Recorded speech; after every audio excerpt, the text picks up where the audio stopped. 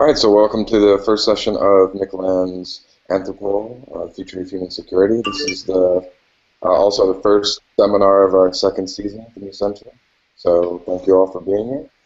Um, Looking very much forward to this event. Mo Salemi could not be here today. He's going to be taking my place for the Right. rest of the sessions, but for now, just being here. So without further ado, Nick Land. Okay, thanks so much, Tony, for that, and thanks for the new centre for this opportunity, which I really appreciate. And thanks to all you guys for showing up.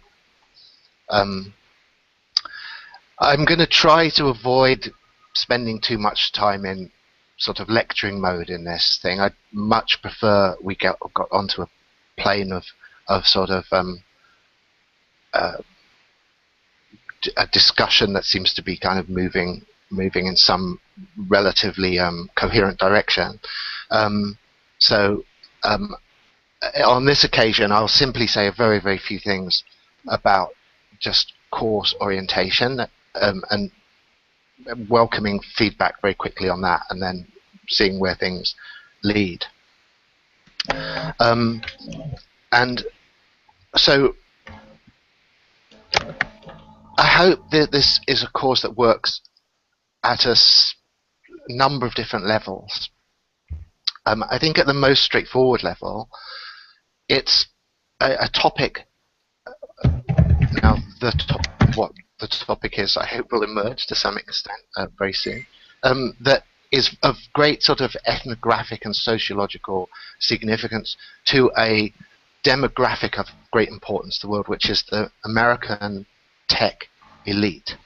You know, if you sort of see, it's very telling that characters like Elon Musk, Bill Gates, these kind of, titanic tech capitalist figures have all made very definite pronouncements on this question about AI risk. So I think that we can be fairly confident it's a conversation that is considered very important to those particular groups, or maybe we should just say group. And that alone seems to me to justify it as an object of attention for us. The second level that I'm going to try and keep locked in a box in the early stages, but as we'll see, locking things in boxes can be difficult, is really a type of surreptitious political economy in the grand style. That I think that this question about AI risk is I'm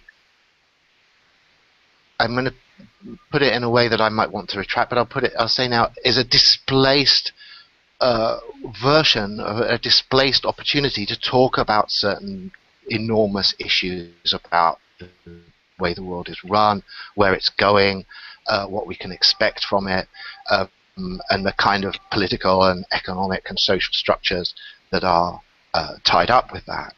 So I think that there's a range of things there. I think that there's actually a very crude Marxist analysis of this stuff that is still very interesting to me. And I say crude because I think as we see things get tangled and twisted in ways that maybe can't easily be tolerated by that framework. But I think that that's something in the background. And if I can put this in the most sort of simplistic way possible, it's to say, aren't we, in talking about AI existential risk, just talking about capitalism? Maybe sort of talking about it in a way that is sort of ideologically self-mystifying or evasive, or in some other way refusing to actually address the real topic of conversation. And I think that this is something that is going to be rumbling along underneath, and I don't think that's a stupid question.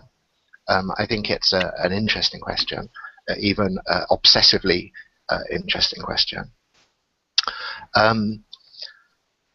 And the third level is the most philosophical level, where I think that this is an opportunity to engage in something that we might want to call radical ontology. Um, and by that I mean we're looking at uh, a hyper object. You know, if we say, what is this course about, the what, the thing that it's directed at, a thing of just massive importance to the world, it is being structured here as a threat. And I think that that's an interesting approach.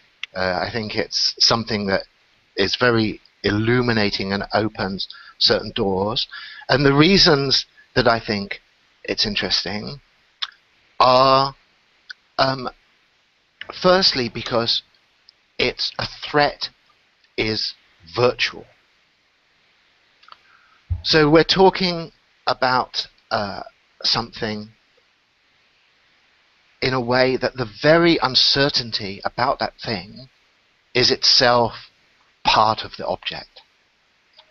The thing about a threat, as opposed to many other sort of alternative ways of sort of constructing a basic ontological framework, is that if you say, how realistic is this, or is this actually going to happen, or should we be taking this seriously? All of those questions are internal. They're sort of immanent to the object concerned. You're not in a position of deciding whether or not in advance to dismiss that discussion or dismiss that problem. Instead, you're actually defining and profiling the problem in giving some kind of estimation about how serious it's being taken, about how you're going to judge how seriously to take it. And the next element, which I think is just massive, is that it introduces, especially as we're doing it here, where we're taking the prospect of artificial intelligence as the kind of governing feature of this thread, it introduces an element of dissimulation. That's to say, we can't just assume, if it seems to us not serious, we have to then say, does it seem to be not serious because it isn't serious? Or does it seem to be not serious because it doesn't want to look serious? We're in a whole zone that melts into general cryptography, into structures of military intelligence that are to do with sort of risk evaluation against intelligent adversaries that are engaged in strategic control of their own phenomenality. Objects that appear to us in a way that is actually strategically organized. Now, of course, if you're coming to this out of more sort of mundane geopolitical threat analysis things, this is all very straightforward. When you're sort of sitting around the security room or whatever in the White House and saying, do we take this particular geopolitical threat seriously? It's going to be implicit in that question that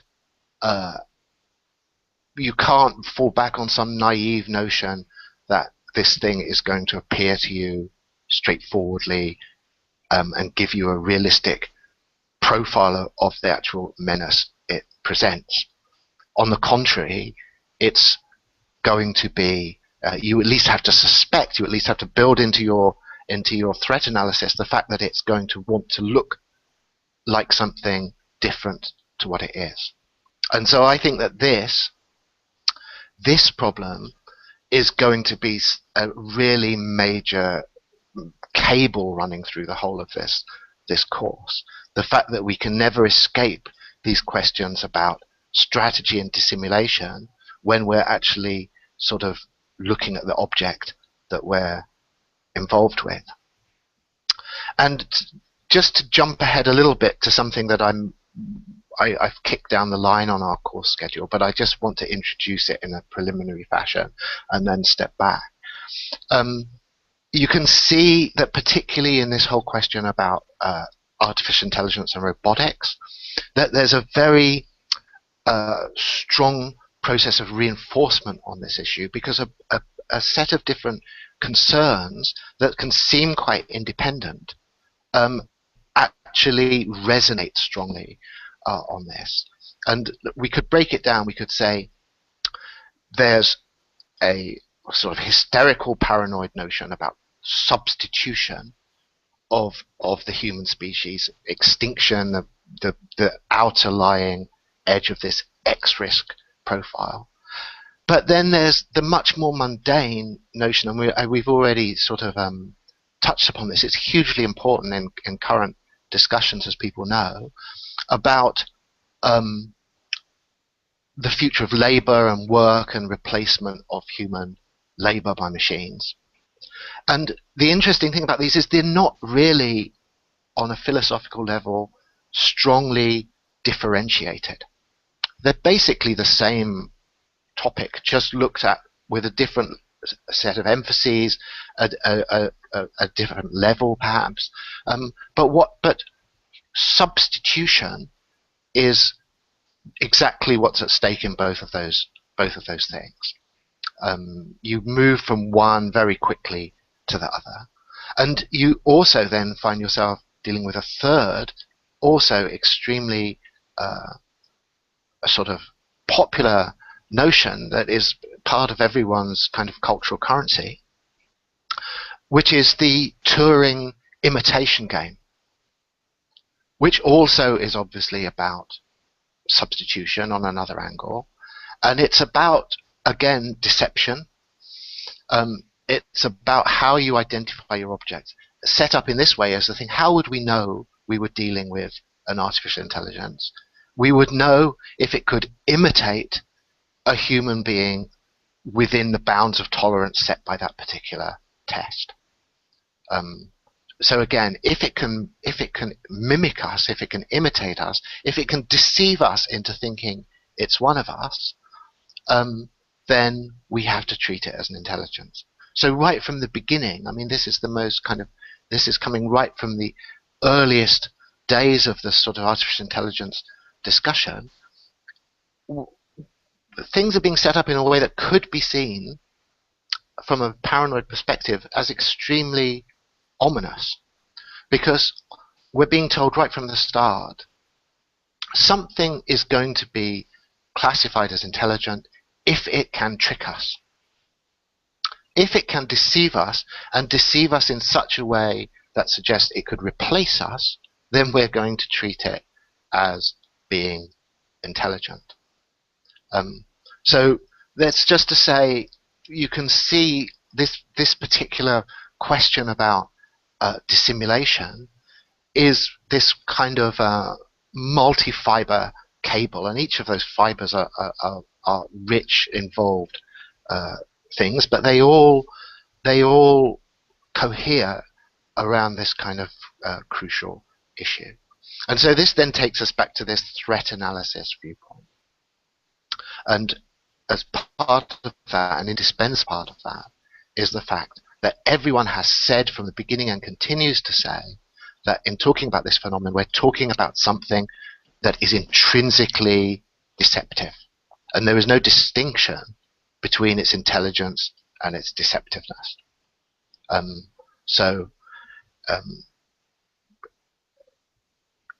As I say, I think that particular block, if possible, I think it will keep creeping up, but I've sort of set aside our third week for really focusing on that very strongly. And so I'll stop in a minute. I'll just say one more thing. Sorry, if you can bear it, two more things.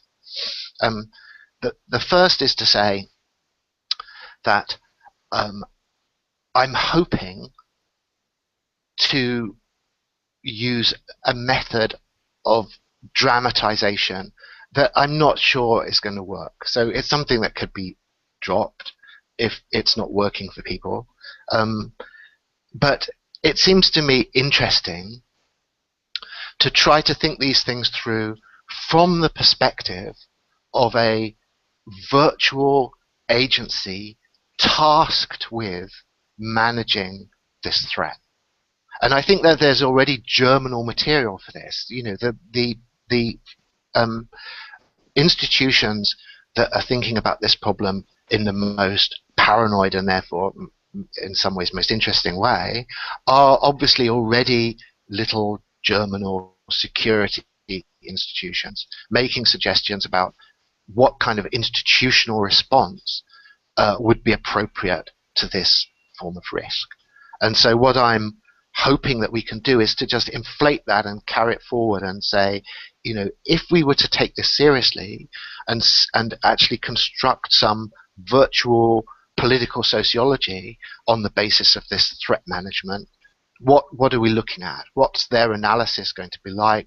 What kind of resources and capabilities are going to be called upon? What's that going to mean as a sort of virtual social and political fact? And that is in a recursive analysis with this threat analysis. But on one side, you might say it's almost inevitable, if we're taking this seriously, it's almost inevitable that something like this has to happen. And so we're in a position of trying to predict the developmental vector that we're dealing with there. Okay, now finally, last thing before I sort of throw this totally open to people, is just to make a reference to a novel that I've just read that deals with a lot of these things in a very different way, but also with extraordinary resonances, which is this, as far as I'm aware, the Chinese science fiction writer. China, in an interesting way, has a problem with science fiction. It doesn't sort of come very naturally, I think, from their cultural perspective. But this writer, Cixin Liu, is really, I would say, fantastic. People can have stylistic and aesthetic problems as Westerners dealing sometimes with the mode of presentation, but the content is absolutely fantastic.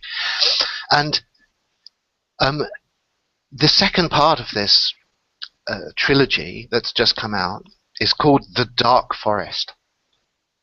And it's set up, the underlying theme of that is of a virtual science that he calls cosmic sociology. You don't know much about it at the start, but by the end of the book you can see that also is entirely about threat analysis. And from the beginning there's two little guidelines given about what's going to shape that. It's because we know nothing about aliens. The whole thing is he insists, pure axiomatic theory. It's a kind of game theory, actually. And the 2 pointers that are given early on without knowing what they mean is what's called the chain of suspicion and technology explosion. And the chain of suspicion is what we've just been talking about. It's like if you are dealing with potential intelligent adversaries, then you're in the chain of suspicion. And, they're not, the very fact that you don't know whether or not they are an adversary is intrinsic to it. This is the point that is absolutely central to what Leo is saying there in his book, is that between, for instance, two alien species, there is no possible way that they can cease to treat each other as threats. They're forced by a certain game theoretical inevitability to be threats to each other. They must realize that they themselves cannot but be a threat to other species, and these other species cannot but be a threat to them. A lot of that is because you do not know what alien intentions are. Obviously, this affects human game theory, but this is radicalized in this cosmic framework.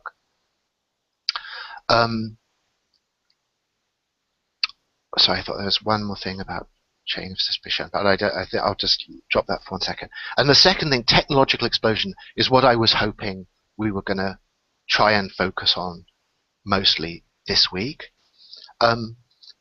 It's very, very central to the AI existential risk discussion, but it's not uncontroversial.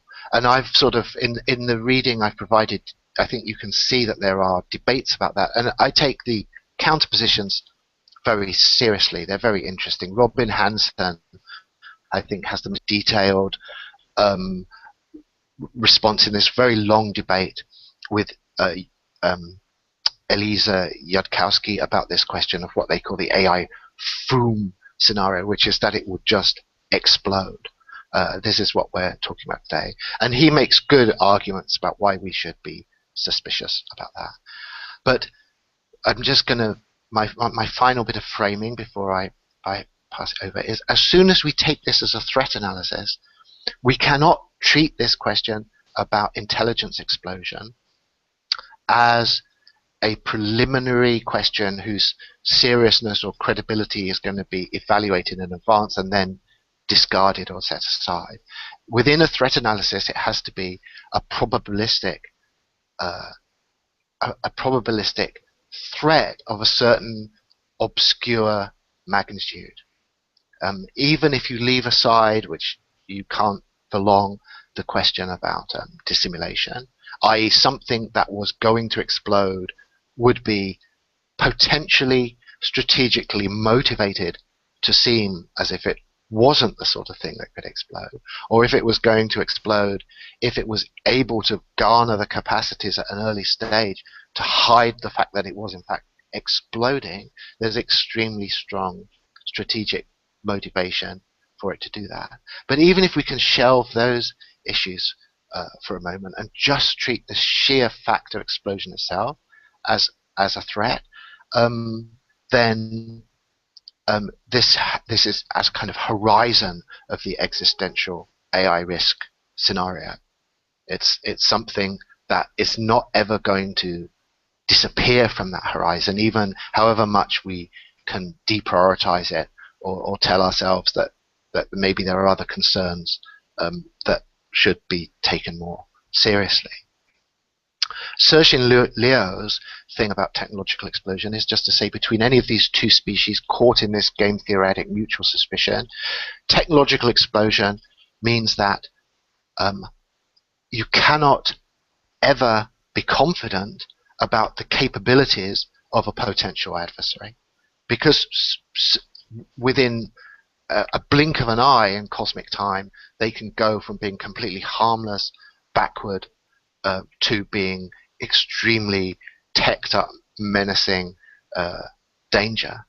And this is obviously structurally the same as we find in the AI situation. If we, to the degree to which we take this question of intelligence explosion seriously, is the degree to which everything has to be done preemptively. You know, if the threat has already manifested, it's already over. So everything that you can realistically and effectively do in this respect has to be done in advance. And so that's, I think, the sort of starting point, as far as I'm concerned, of where we are right now at the beginning of this course. Okay, I won't blather on for any longer on this. I'll welcome any responses from people or suggestions.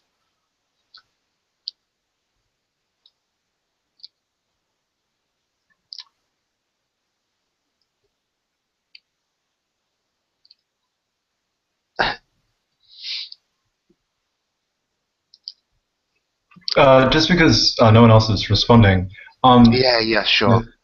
It's Adam, by the way. Hi. There's a concept which I think we might need to recognize and then put aside for this course. But it's called Pascal's mugging. Oh, So yeah. where Crucial. you take something of very low probability but massive impact, Yeah. and so therefore by making the impact term huge, you say, and so we need to Yes. worry a lot about this. And I think a lot of Yeah. existential risks come under that category. So it seemed interesting to Yes. mention early, even if we then need to put it aside. So this No, is I don't think it's the sort of thing that can be put aside, and I think that it's crucial, and it's obviously it is a piece of threat analysis, or at least it can be contextualized like that without any manipulation at all. And I mean, at least at this stage, I have this virtual war room, with all you guys sitting around the table, trying to thrash through what is the threat, how seriously should we be taking it, what do about it, and that's an absolutely essential voice, exactly saying maybe we can get this threat, this particular threat. Let's say we're at the moment fixated on this question of intelligence explosion. Maybe we can get it down to the kind of this marginal level right out on the tail of the distribution that we can just chop it off. And we'll just take it if we get down to some fraction of a percent probability that something is going to happen. We know from these rationalistic arguments that we can deceive ourselves very easily in those zones. We can very easily go wrong and make these philosophical mistakes when we're dealing with very, very small tail end risks, and so we're safer off just chopping that off and just swallowing whatever danger comes with that. But my initial response to that is, if we're going to see that as one piece of housekeeping that we could do here, and I think it's only responsible to see it like that, then we have to be able to get the idea of intelligence explosion down to a level of implausibility that would then merit us sweeping it into the trash. Now, I'm starting my sort of Bayesian thing here is I'm starting somewhere more like 50-50. If I've got Yudkowsky and Hansen arguing about is AI the sort of thing that explodes or is it not, then I'm going to need some arguments that's going to push that 50% plausibility down somewhere so low that we can get rid of it. And that's obviously something we could talk about now.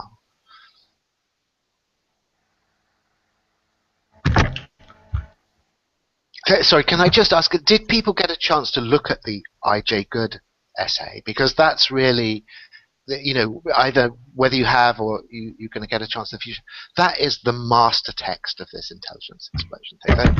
The philosophical beauty of it is it's such a simple, clear idea, which is obviously that something that is able, that has not been specifically designed in order not to have access to its own internal processes, i.e. it's not in some sense right protected, it's not designed to avoid itself messing with itself, that strong non-linearity is actually part of its internal processes. Something of that kind that gets into the proximal zone of human intelligence will have access to the full engineering specifications of how something was brought up to that level of intelligence, and in a way that therefore means it's nothing at all like us. We have effectively no access at all to the mechanical background to our own cognitive capabilities. And so insofar as we're able to edge that forward at all, it's extremely marginal and probably pushing against a lot of sort of biological resistances. A machine intelligence, assuming that it has not been designed in a way that would stop it doing that, and honestly, I think it's very possible that the engineering task of making it incapable of changing itself is even greater than the task of making it in the first place. So assuming that it doesn't have those very effective inhibitors already in place, is going to have some ability for recursive self-improvement. And the only mathematical pattern that fits recursive self-improvement is some kind of at least exponential development. If it's at a certain level of intelligence and it can crank itself up to intelligence um, plus A, then from intelligence plus A, it's got more capacity to take itself up to intelligence plus B, and it's on a rising curve, and that is the good notion of intelligence explosion. And it makes a lot of sense. If it's at that level of abstraction, there are all kinds of interesting counterarguments, but at that level of abstraction, it makes massive sense. So that's why I think if it's going to end up in the tail risk bucket, it certainly doesn't start off in the tail risk bucket.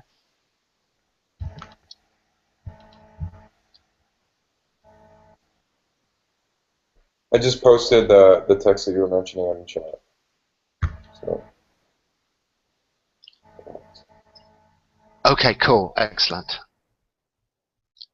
I'll be putting some links in, and so if people come across anything that they think is relevant and that people should take a look at before next session, use this classroom space for that, and obviously also to make any points or to continue discussions, or there's no limits really upon what you can use that for if you're so inclined.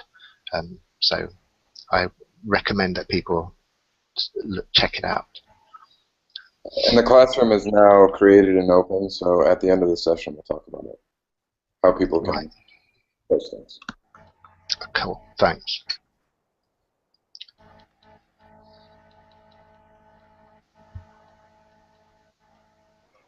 I mean, is it possible for me sorry, yeah, no, go ahead.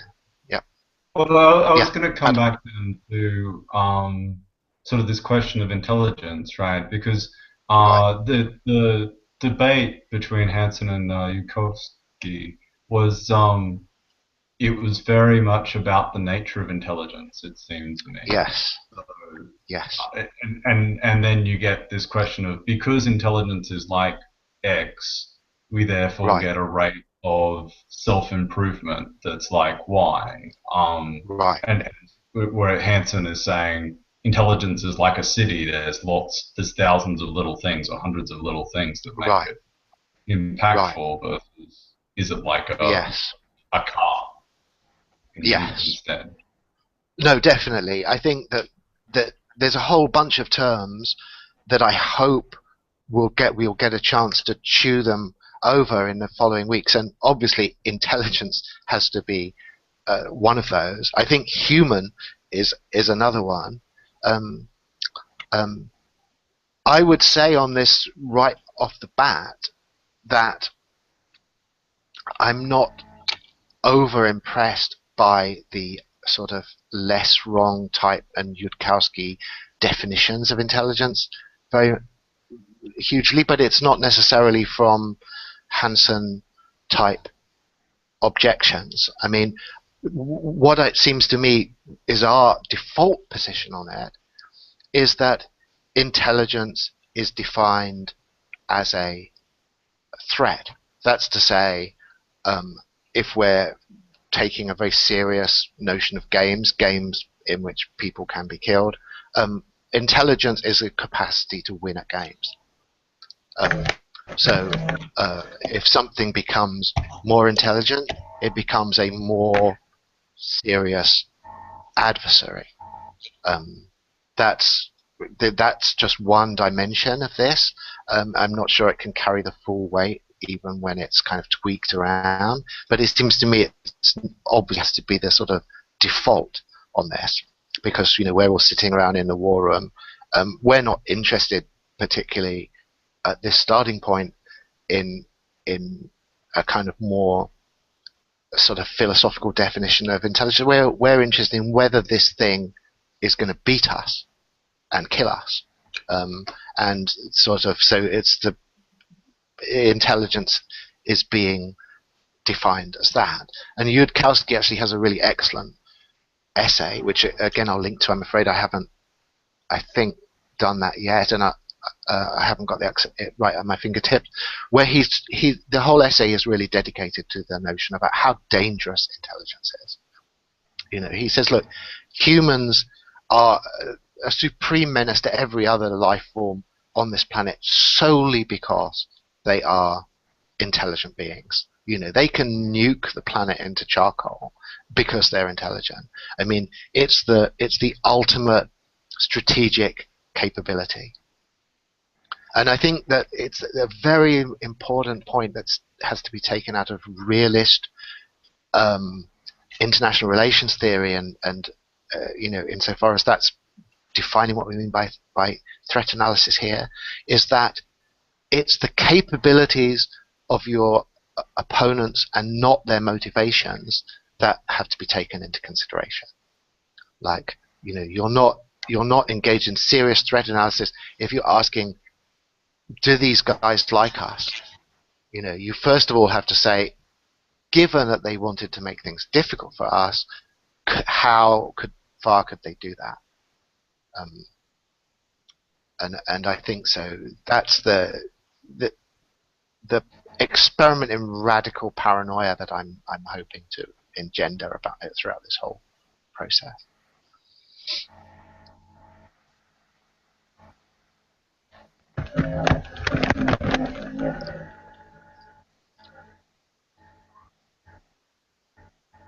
So insofar as we have lulls here, I'd be interested in anyone just telling me what they expect and would like to think about and talk about over the following weeks, because obviously I don't know a lot of you guys, and I don't know where you're coming from or what your interests are, and that to me would be very useful information. I'm sure also to your fellow participants.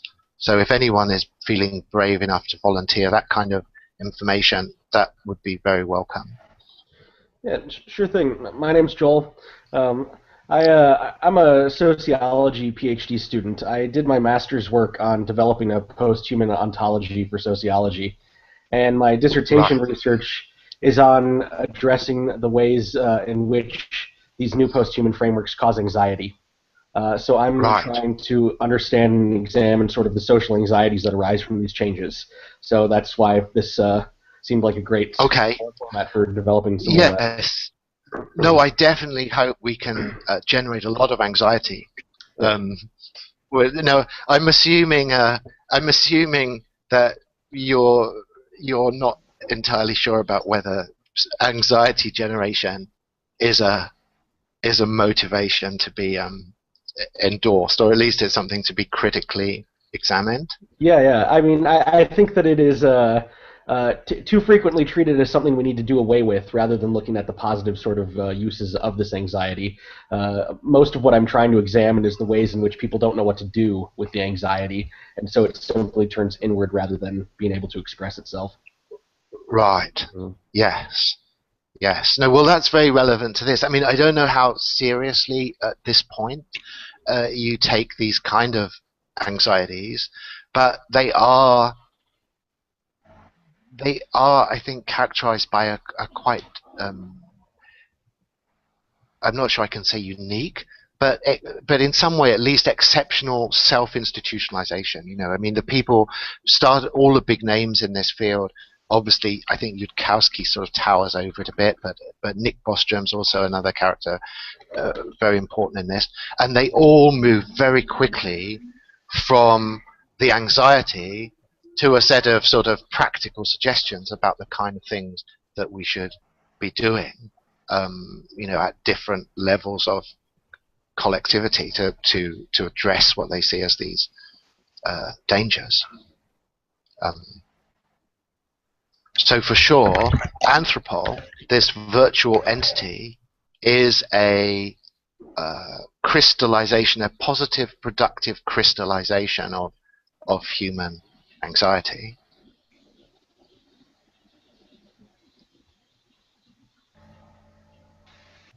I'll maybe introduce myself. You already know me. Yeah, sure. Yeah. It's good to see you back. Yeah, it was a fantastic seminar.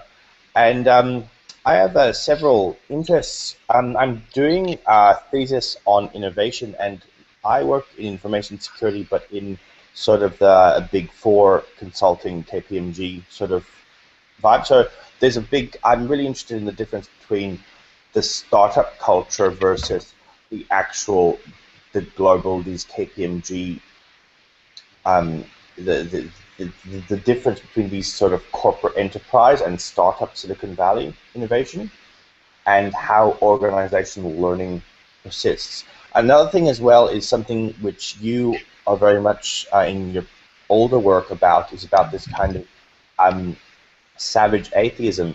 And what I see in this, it's an attitude towards the future. And it could be the Chinese are taking our jobs. It could be, the apocalypse.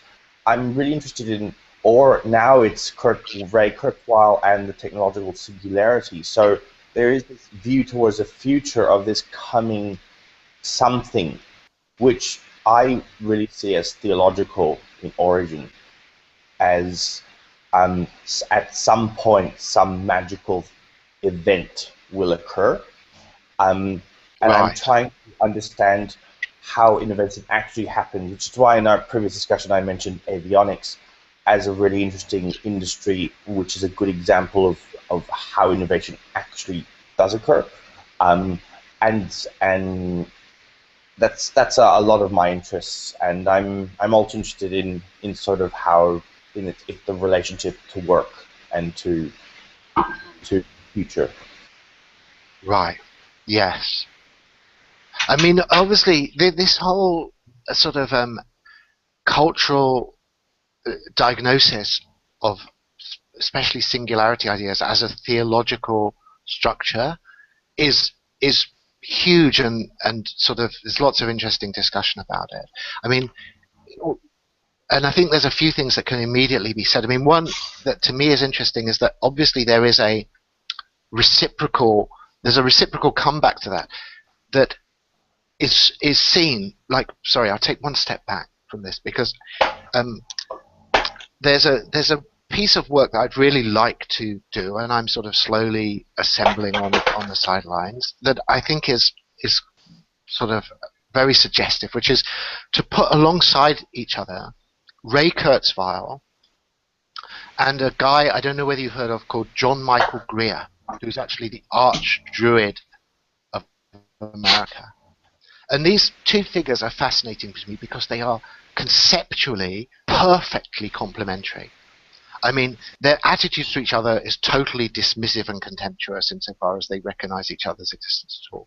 But if you step back and you look at them both together, and they slot together as this reciprocal dyad.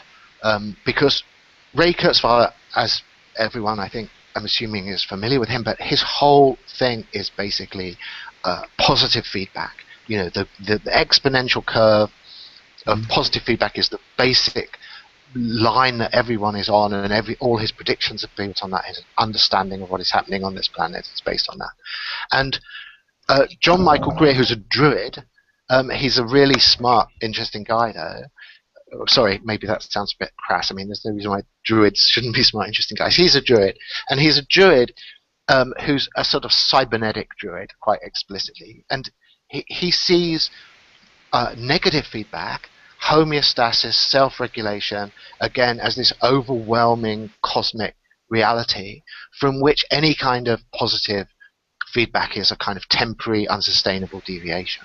And so you have between these two figures these two reciprocal types of cybernetic fundamentalism that match each other, that totally between the two exhaust the whole abstract pattern of dynamic systems.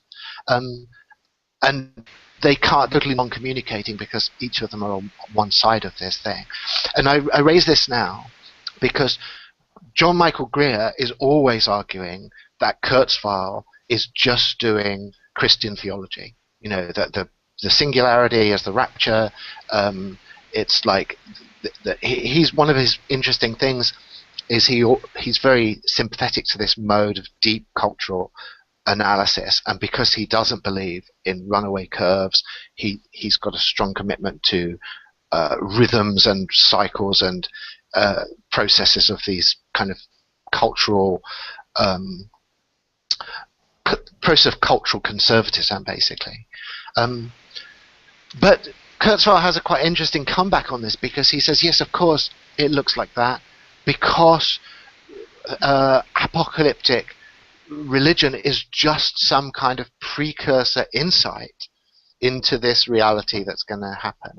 It's not that the singularity is just a kind of sad echo of this theological belief. It's rather the theological belief is some kind of advanced wave of the singularity. And of course, these two things are like perfectly reciprocal.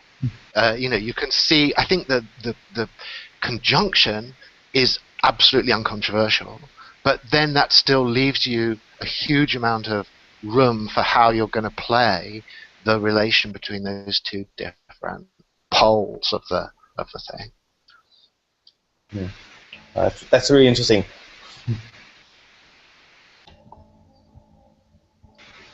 I'd like to have a, if I could. Yes. I'm Brendan. I'm hail from Australia. Hi. Hello. I'm just talking about intelligence and maybe the question of identity, I guess. Right. Great. Do you have a... Yes. Because if you're looking at like existential threats, you have to... It's going to be... it's late here. But if you're basically engaged, if we're going to be doing like an Anthropol, in a war room, you're being engaged in a sort of like, I don't know, Alski might call it, he'd say that you're doing all sorts of things with an intelligence entity. You're trying to preemptively explore its possibilities of action and things like this. You're basically in a situation where you have to try to think as best as you can, use as much intelligence as you can against this thing. So I'm just trying to get the axiom of intelligence optimization and the way that intelligence works as a strategy, as a sort of strategy that it has to be, I guess, employed by any intelligent agent. Yeah. In this sort of cosmology that you're talking about with the dark forest. So how is it possible that well, not how is it possible, but I guess here when you're talking about deception and things, it really puts us in a box, I guess, in some ways. That that in order for us to even try to play with these dangerous games with this you're already you sort of instigate this area where someone's going to have to reach this point of, I don't know, I mean, you have to either react against intelligence itself in some ways, I don't know, and retreat back into or anyway. If that's possible, I mean, no, because I think this is all great. This is totally right. There's this intersection of these game theoretic problems on this terrain is absolutely what I'm hoping we're going to be able to really dig into. And you're right that they're just full of really hideous, ominous paradoxes. I mean, I'm assuming I'm assuming Anthropol is going to have computers. It's going to want to analyze data. It's going to be able to decrypt codes. It's going to want to be able to mobilize synthetic intelligence in its own. But it's going to be doing it bureaucratic yes.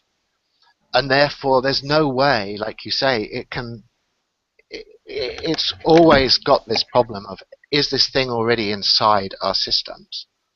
How deep inside our systems is it? If you take that paranoia one step further, like, has it already totally infected all our resources for dealing with it? And of course, there is a kind of, in principle, there is a possibility of just retreating into some deliberate form of idiocy in as a defense mechanism about it. But it's obviously very questionable on game theoretical grounds whether that is practical. You look at the real landscape. You look at the landscape in which being able to mobilize intelligence is a massive competitive advantage. If you don't have an integrated common purpose that the whole world can say as one with great confidence in its total coordination that we will all step back into the sort of darkness of technological incompetence together, then those fractions and fragments of your geopolitical system that are not playing that game, that are, doing all the game theoretical stuff to do with defection and deceit and betrayal, and are secretly running their own AI programs, are going to clean up in the intermediate period. So, you have to expect game theoretically that those fragments, those sort of strategies and agencies that are mobilizing intelligence rather than retarding it are the ones that are going to actually dominate any realistic scenario that you're talking about, it seems to me. So yeah, I totally with you on the questions that I hope we can deal with here. There's this concept in cybersecurity or information security that's gaining currency that if you want to secure an organization, actually you need to come in and assume you're already compromised. So right. It used to be this model where there was a security wall that you established and you could trust everything inside the wall. Sort of inside an organization, that model is going away. And you have now an approach, you have to assume you're compromised and all your actions are starting from that. Yes, that's great. I mean, I don't suppose it's possible at some point to squeeze some kind of link or reference out of you. Is there for that?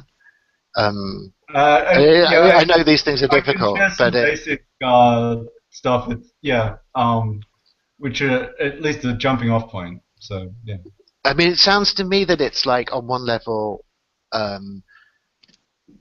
Taking a sort of biological model, is that right? Of saying, look, the human body does not expect that it's going to be able to exclude all pathogens at some kind of security membrane. Instead, it has to have some sort of deep biological competence at identifying and dealing with infection, that's kind of penetrated deep into the organism, and that anything that expected it could do that stuff at the border is going to be so fragile that its defense. That's a great point, Burke. It's interesting in consulting.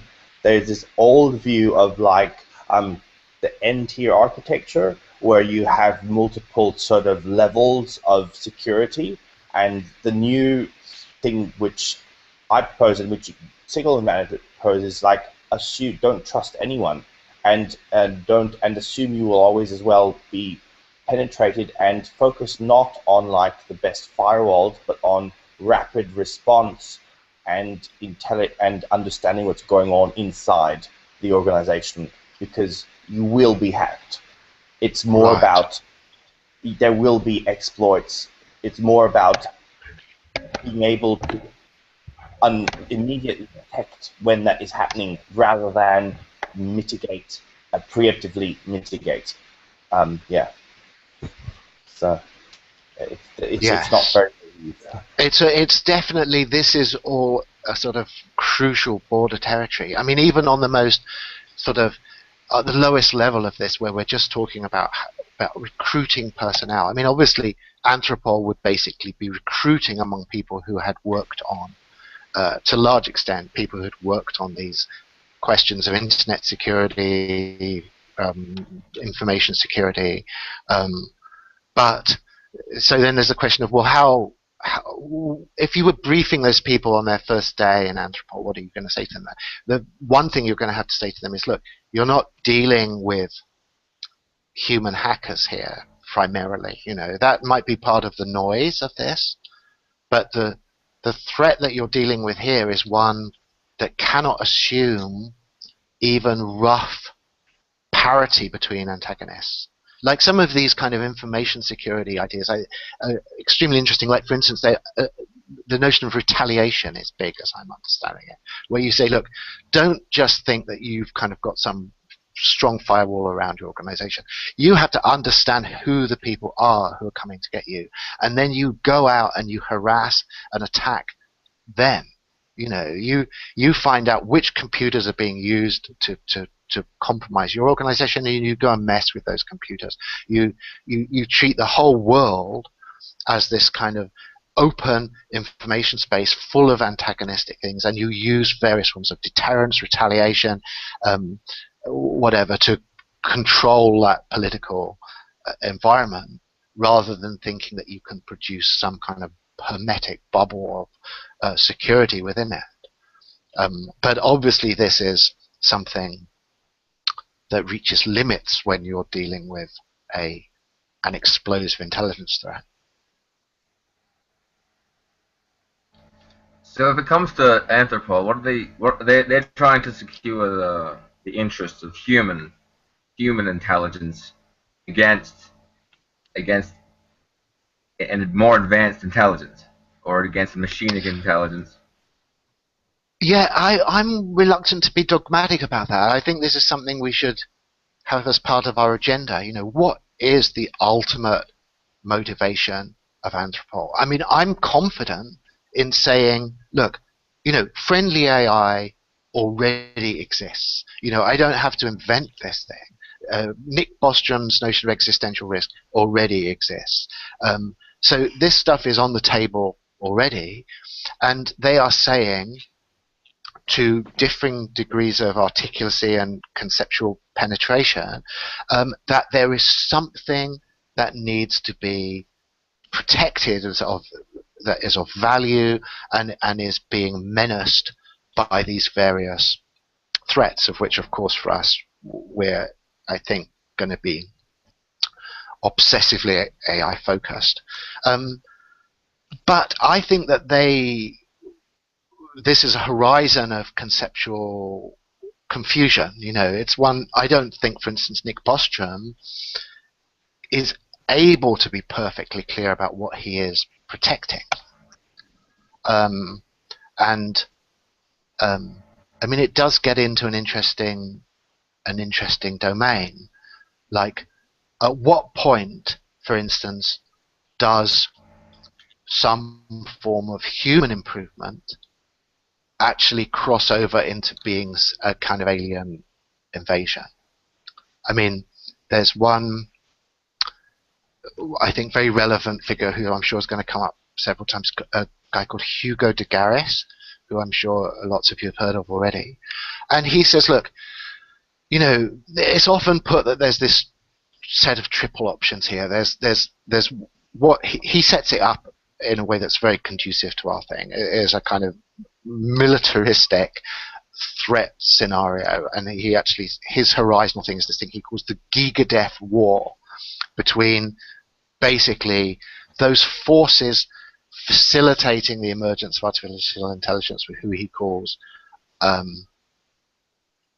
cosmists, and those resisting it, who he calls Terrans. And the Terrans are in this, I think, close to this question about deliberate retardation of intelligence as a kind of human security imperative. And he says, look, sometimes people say there's this intermediate group that I think he calls cyborgs, who would be enhanced humans, who would sort of go with it to a certain degree, and it can sort of extend human possibility and capability. And he says the trouble with that is that he's a big intelligence explosion guy. He says anything like that would be drowned out so fundamentally. At the point where you're a sort of shred of human inheritance, but sort of, that is 1/1000th part of your cognitive capability, and the other 999 million whatever parts are all synthetic. Have you preserved humanity against this threat, or have you just simply drowned humanity in it? So I think this is a serious thing, and I don't know what someone like Nick Bostrom would say about that. I mean, one of the things that I think is most problematic about this is the whole idea of how we would even define the human as a starting point.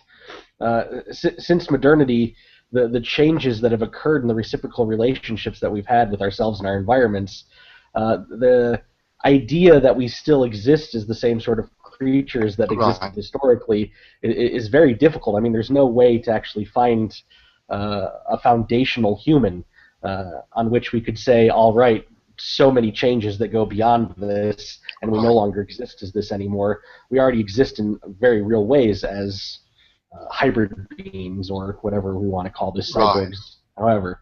So that becomes one of the really difficult aspects of even thinking that we still exist as humans and have something that is there that can be saved in a modern society. Right. Yes. I mean, I think that this can be pushed in different ways. I mean, on one side of this argument is something I think is an extremely interesting book. I don't know whether people know it, which is Steven Pinker's The Blank Slate. And he argues there that the number of kind of human universals are quite immense. You know, he sort of lists 100 things that he thinks are sort of specify us as a species, and you know, are quite concrete and relatively inflexible. I mean, for instance, just take one that's sort of obviously relevant to our discussion here, which is just to talk about IQ range. Now, obviously, you can have various kind of theories about eugenic and dysgenic change across human history, and there's lots of interesting stuff about that. But I think we can assume that the IQ range we're talking about has only fractionally moved up or down within this spectrum, compared to the sort of things that we're thinking about if we're talking about a self-amplifying, explosive artificial intelligence. You know, something that would, people say, you know, millions of times, billions or trillions of times more intelligent than any human being ever could be.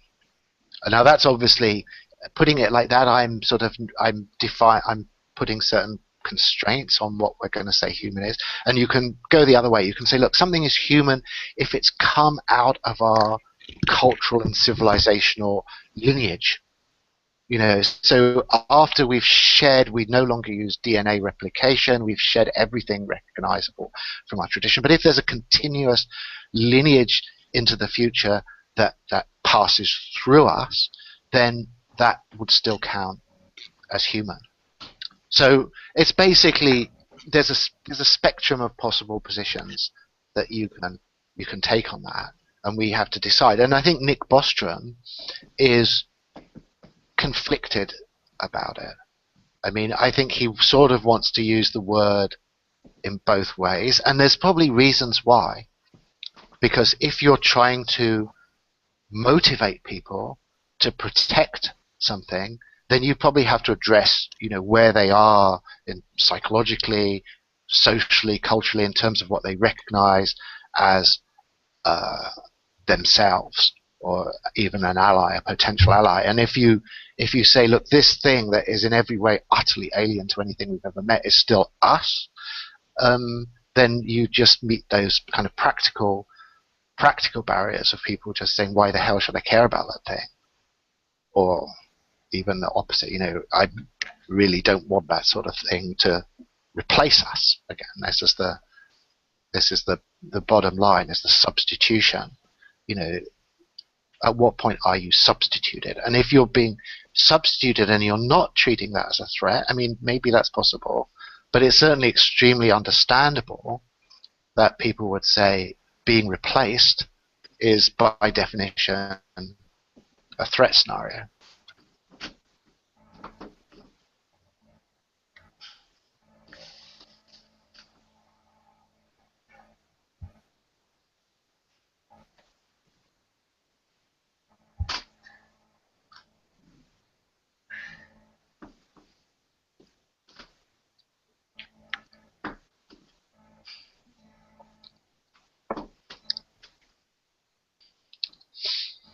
Does anybody else who has yet to say anything wanna chime in? Yeah, I mean, if anybody who's lurking feels they can pluck up courage to just introduce themselves, then that would be great. I'm not going to kind of twist people's arms to do that, but I would appreciate it. I can go. Hi. Hello, I'm Mari. Hi. I'm a certificate student, and I'm working on a hopefully tactical polemic against internet.org currently, and so that's where my interest lies in right now. Sorry, can I just pause you for 1 minute? Because should I recognize internet.org? I can definitely talk about it a little bit. I didn't want to assume. I don't know. Should I? Yes, I would be interested.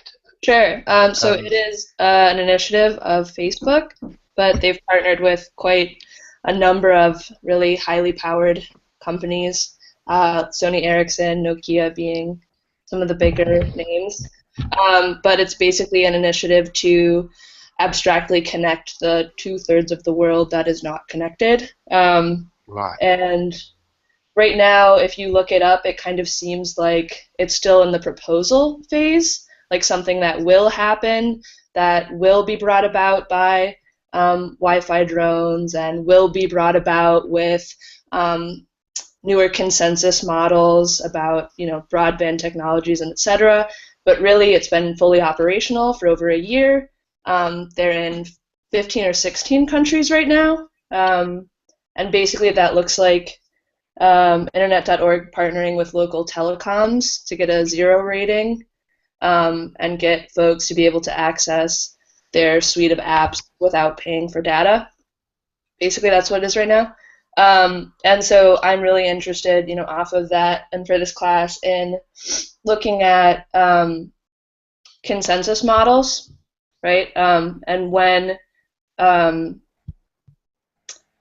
global consensus is the threat and when it is something that needs to be brought about tactically, and how individually we feel about that. And I know that you had wanted to take a bizarre, dramatic way into this course by thinking about a global bureau, and I think that's such a fantastic idea as a way to not prioritize critique of global consensus, which I think even me, I find myself accidentally sounding very localist and critical when that's not even what I mean to be doing necessarily, but I'm too afraid to envision what those models could look like without sounding naive or post everything. Right. So that's what I'm really stoked to talk about and really through. I'll definitely look this up then. And is there already a kind of discussion underway that you're involved in that's kind of criticizing? Yeah, this? Absolutely. Yeah, Right. a lot, especially in India, Pakistan, and Colombia, which are 3 of the countries. There's been a lot of outrage about the disregard for net neutrality in the project. But I'm hoping to kind of springboard through that towards a discussion of jurisdiction more broadly, Right. and kind of law being displaced by, really bizarre consensus models of best practices and norms. Kind of proxy. Okay, that sounds good. I mean, it's like because a very big part of this problem, or if we have a threat analysis model of it, is tied up with questions about coordination. Like certain things, just purely through lack of coordination, you end up in a certain game theoretical situation. So for instance, this Cixin Liu situation, or something much more down to earth, where you say, if you have a bunch of parties that are not strongly coordinated, have a real coordination problem, they will have a certain inevitable competitive logic will govern their interaction, which will mean that certain things cannot be stopped. So this is, I think, a big Anthropol concern.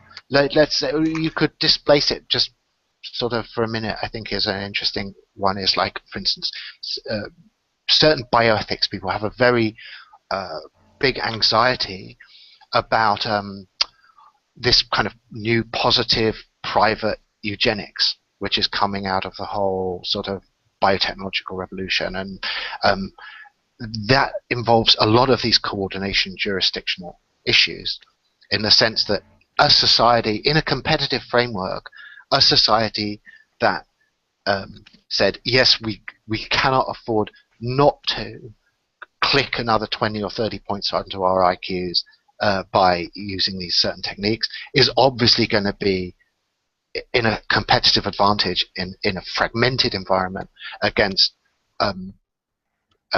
agencies that refuse and say, we've got a big ethical problem with this, it's messing with human nature in a way that we don't find acceptable.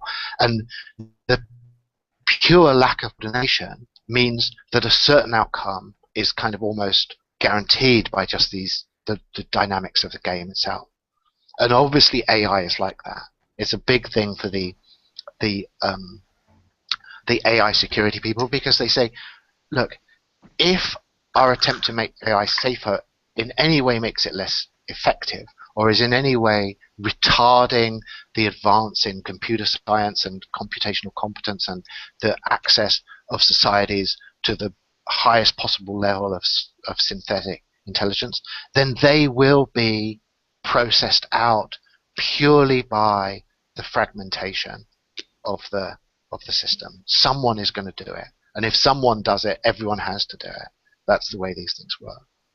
So I'm assuming that those kind of problems are very tied up with this. Is that right, or am I just projecting? No, absolutely. Yeah.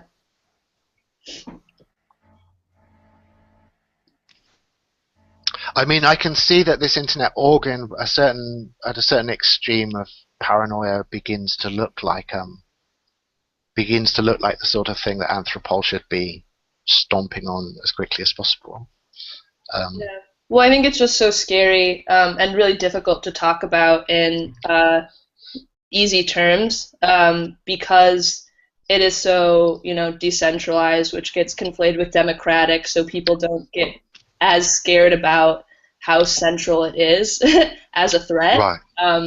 And kind of picking apart those pieces in a way that is completely accessible and still terrifying is a real task.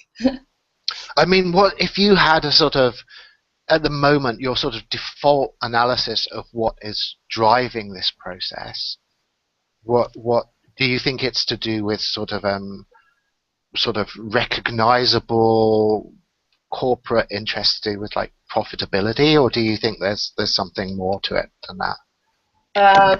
I definitely want to parse through that more throughout the course, especially it's really hard to not think about Zuckerberg and Elon Musk as these profit CEO figures that do have a really kind of constructed myth that is peripheral to just our really reductive corporate understandings of them, where he's so preoccupied with the idea of eliminating desire and talks about that so much that what that actually looks like and means is really shifty and hard to pin down, whether that's a quality of life that's given to everybody and that's an elimination of desire, or a way of bringing desire into algorithmic structures where you can track them and that being tied right. into. See, that's where it gets really tricky. And I think it's really easy to, take a really specific form of critique that's just about profit and really ignore how complex the myths are and how probably good he does feel and want to feel, and how many elbows he's rubbing with at so many Sorry, levels. can I just check you on who the he is here? I'm not sure. Zuckerberg, You're talking about Zuckerberg. Yep. Zuckerberg. This is his baby. This is his project. Right. Okay. Yeah. Yeah, but I think it ties into a lot of your comments about Elon Musk even earlier. Although they're definitely different people and have different visions, the ways in which they see themselves as governors is very similar. Yeah. No, I mean, the role that these particular corporations have is something we'll probably inevitably have to talk about a lot, isn't it? I mean, obviously Google is the other one that seems to be just the sort of gravity well of Google is just reshaping the whole sort of information space so fundamentally, you know, so positive or negative, you just can't avoid putting these proper names on some of these processes. And obviously when people are looking back on the history here, it's going to have been just shaped by these particular agencies fundamentally, for sure. I mean, I've always sort of had a big problem with Facebook that gets in the way of me taking it seriously enough. So I'm going to try and stoke my paranoia a bit more about it. I'll look up your internet.org thing and try and feed some anxiety. Well, Facebook sort of, it's always very cute, right? And the Google cars that they're designing are even designed to look cute. So you link that back to what you're saying about AI sort of hiding, right? Absolutely. They're probably going to look cute. It's going to be a deadly Hello Kitty branded sort of AI. Yeah. No, I think this is really crucial, actually, and I recognize it as a big systematic cognitive error on my part that I'm only now beginning to seriously deal with. Exactly as you say. I mean, you know, cuteness and war, far from being opposed, are actually totally the same thing when you start taking them seriously, isn't it? And, you know, I thought, despite all its problems, that Ex Machina movie was quite interesting like that. It's definitely something people are beginning to realize, is that, for instance, you know, when you're dealing with humans, let's just forget about the Anthropol perspective, but look at the kind of machine incursion perspective for a minute. When you're dealing with humans, of course, you go through sex if you're going to manipulate them and control them, you know? It's like you're not going to have some kind of multi-machine gun laden up Terminator beast. You know, it's going to be some kind of sex bot that actually is the front line of this thing, for sure. Because, you know, like an amazing thing on this line was this thing of this recent, what's it called, Ashley Madison or whatever that, you know, the adultery website, where they obviously all got exposed because of this hack, and it turned out that 90% of the female participants on this site, female with whatever inverted commas you want, were bots. You know, so this whole clientele of this kind of adultery website was basically involved in this kind of unwitting cybersex thing. And the company's fundamental business model, it turned out, was just to tweak and develop these female avatars that people would then involve themselves in these complex online sort of pre-affairs with, without apparently any suspicion of what was going on.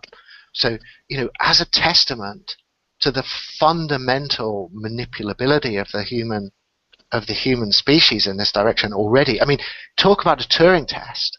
You know, like, of course, on a certain level, the Turing test is something like that. But on another hand, these things were passing the Turing test every day. You know, the company's whole business model was the fact that it was passing the Turing test every day. I don't remember ever seeing any news story about, you know, Ashley Madison clients up in arms about the fact that they're being foisted off onto sex bots when they're looking for sexy housewives. You know, it was totally working. until some hacker opened the whole thing up. So, yeah, a long supportive comment on that. I think that's crucial.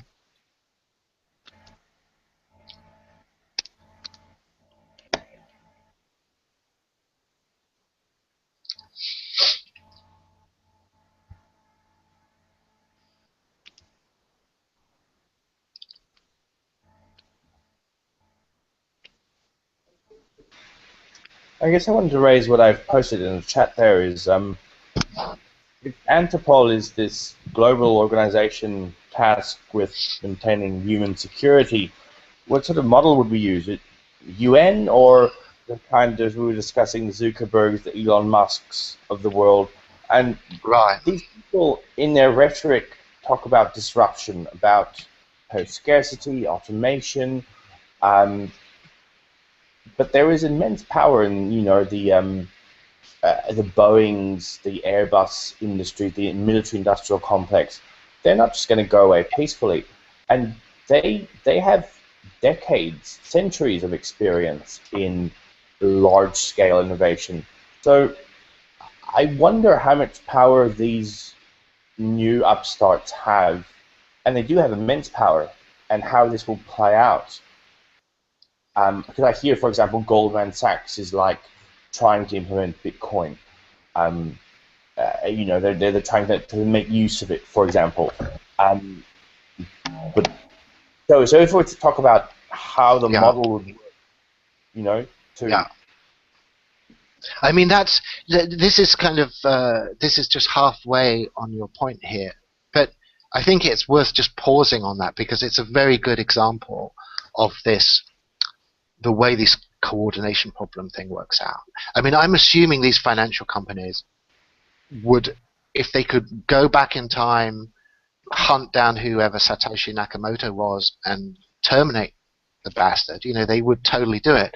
But that opportunity is gone, and the pure fragmentation, even of these kind of concentrated finance capital operations, means they cannot not go down the road of the blockchain. They must be hating it with every step, constantly aware of the terrifying dangers. I mean, you cannot even have debt on a blockchain. So imagine what a bank is thinking when it's kind of bringing this kind of technology inside.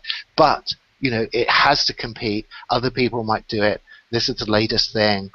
It's a latest not just because it's fashionable, but because it has a sort of level of functionality that is inescapable. And so you have to walk down that road. So I think that's a just great example of the way those things work. But yeah, that was only one step, wasn't it, on your...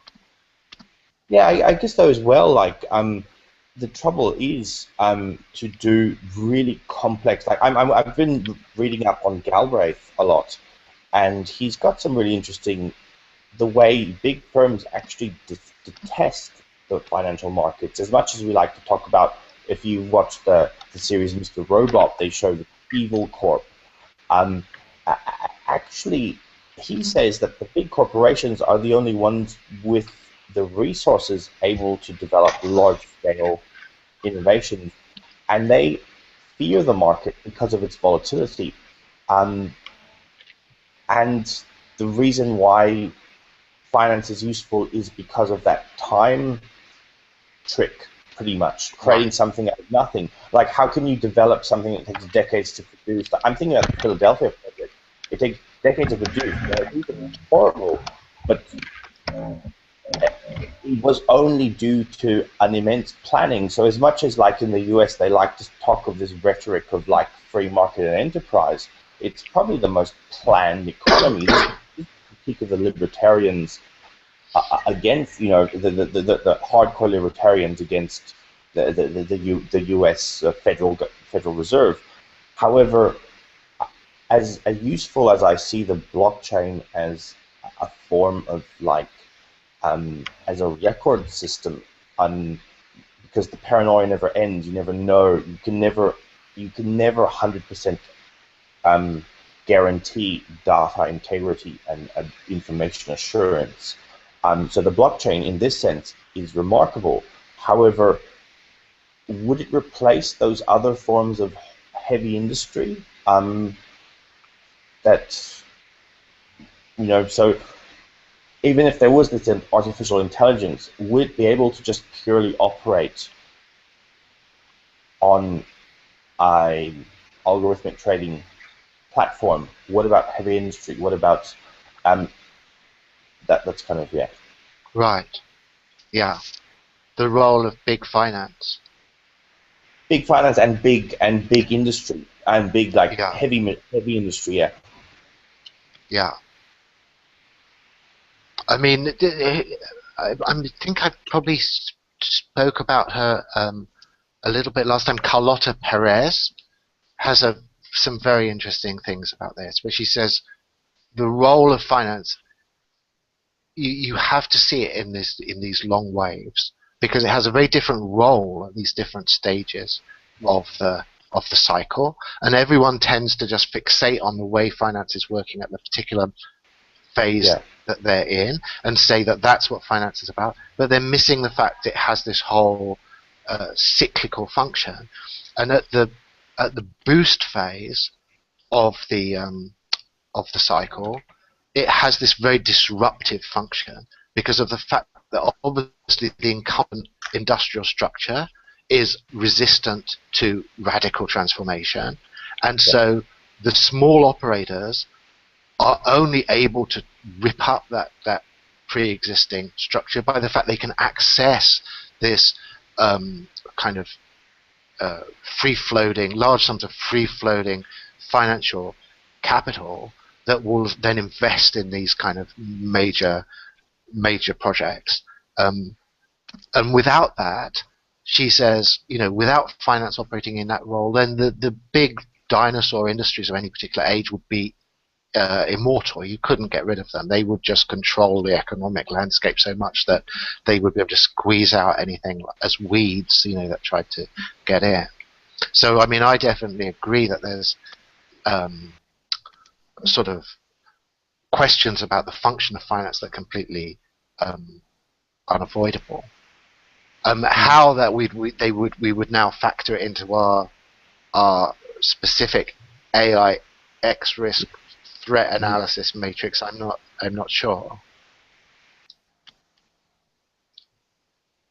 I mean, I imagine yes. The AI would exist, and its objective, if it doesn't need the heavy industry, because heavy industry is probably to produce needs for human consumption. It doesn't need the management of demand, so it doesn't need advertising. So this AI exists. So in some way, we would have to be on the side of defending these heavy industries to an extent, in a weird, paradoxical way. Yeah. I mean, we have to obviously, I think, I'm not sure what's the right way to sequence some of these discussions, but obviously we've already seen that the category of the human is highly problematic and needs lots of tweaking about. Intelligence too, and obviously more specifically artificial intelligence. What do we mean when we say artificial intelligence? I mean, obviously on one level it doesn't matter what we mean when we say it. We're confused, but even so, we can try and sort of at least get some sense of what our sort of cognitive constraints are on this. And I think that one massive source of bias in this is that the people who tend to define what we mean by artificial intelligence themselves have a very definite interest in a certain model of artificial intelligence. They tend to be the people who are programmers and think that they are actually going to sit down and maybe in a group, but probably a small group, program an artificial intelligence. It's like, now I'm not wanting to say this is cynical on their part. I think they just simply see that's the way it is. They're good at what they do. They see programming really works. They think it's a fantastic thing. They love it, and AI is just one of those interesting things that come into this larger world of cool coding projects that you can do. But I think it's probably a very easy way you can be misguided to take that too unquestioningly in your idea about what AI is. That's why it's good to talk about the blockchain. It's good to talk about these more spontaneous, distributed, unintentional processes. Again, comes out of this thing about coordination issues, like an uncoordinated, emergent event is, if that's the model of intelligence in general, then it gives us a very different picture of what we're talking about when we're talking about AI as something that's just one big program that someone has put together on a massive I really like the thinking collapse on existential risk, and where you define AI as essentially capital, and you've said that's really like a focus of your, and that is how I see it as well. AI is not just a computer which wakes up one morning and says, "Hello, my name is, Hal." It's actually more about the wager, and it's about the market, which has this, because the minute one can predict the market, it would cease to be a market anymore. It does effectively exhibit a form of intelligence which is outside of our control. I really like that your article on that. Yes, I mean that old book now that was always, I think, treated with a certain disdain because it was so popular and so accessible, which is Kevin Kelly's Out of Control, I think is really something that should be part of the intellectual landscape on that. I think all the models that he drew on were very interesting, and one of them is obviously the Rodney Brooks robot model, where he says, stop trying to build some kind of centralized brain that will control the behavior of some robotic entity, and instead make all of the individual bits of that entity work. So you've got sort of various kinds of low-level intelligence in servo mechanisms in the legs and the limbs, and then they're coordinated to some extent at a high level and at a higher level.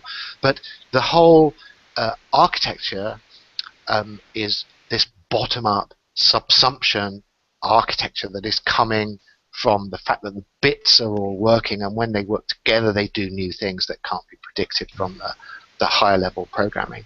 Now obviously that kind of model is the sort of model that your programmers are going to hate. They're going to say, what kind of fun is an AI if it's coming out of the unpredictable coordinating behavior of a distributed system of intelligent components? That's no fun at all, That's not what we mean. But I mean, it seems to me that is at the very least a highly plausible notion, not only in this kind of technological framework, but obviously in a biological framework as well. I think the more that we find out about the brain, the less you're starting off with some nuclear sense of self that sort of radiates its control over the organism, and the more you've got all these modules splished together in the brain that have a certain very limited level of high-level coordination. But for the most extent, you have no idea what your brain is doing. And when I say you, I mean that highly problematic, self-reflexive component of the central nervous system. And it's doing a whole bunch of stuff all the time at an extremely high level of cognitive competence that's completely outside of your purview. Yeah. And I don't. This is the last thing. I don't want to hog the No, go. In your that same article on collapse, you mentioned how actually businesses who have legal status as persons are effectively artificial intelligence. So, in the context of the seminar, we're supposed to, if we need to define a risk, what would we deal with? We would need to consider, yes, large corporations, multinationals, as essentially AIs with an intelligence which is alien, essentially. Yes, I mean this is Gibson's thing, isn't it? And right at the start of Neuromancer, his thing about these Zaibatsus, as he called them, taking the Japanese thing, as being, he says, they like giant animals. All their human components that are like cells that can be substituted. He says, I think I'm very roughly quoting him, where he says, you can't kill a Zaibatsu by killing its CAO. They're just replaceable components. That this machine has an integrity and autonomy and individuation and an intelligence that is not reducible to any set of human purposes or motivations that you can identify within it. I mean, this is partly, getting back a bit to this point about internet.org, when we're saying that there's a great, the anthropological reduction temptation is so huge, isn't it?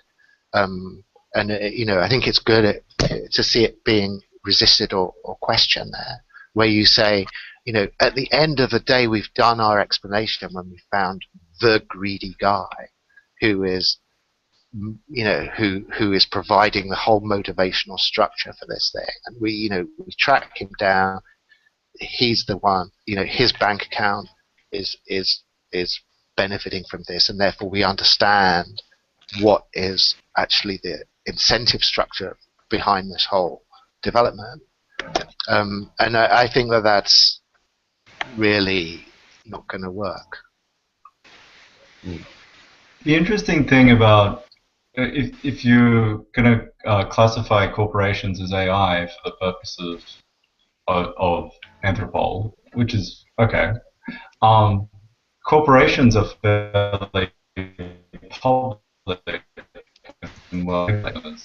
as intelligences very often, right? And maybe we can say they're not nearly regulated enough, and make all sorts of criticisms of corporations, but that idea is already well identified, and there's all sorts of ways that we look at corporations and analyze them, right? Yeah. Whereas, so maybe what you're looking for is more like correlations of phenomena. If you're looking for something radically different and emergent, right. Skynet or whatever, you're looking for these sorts of unexpected correlations and organizations emerging that aren't like a public corporation, which is sort of well defined already. You're looking for some sort of other entity. Yes, I mean, obviously, like once you are serious about the intelligence explosion thing, that's for sure right. But on the other hand, when we say corporations are already well defined, I wonder how confident we are about that. I mean, it seems to me, in fact, there's an article someone wrote that I'm afraid I have to go and hunt down, who used exactly this argument, saying, as an argument against the intelligence explosion thing. His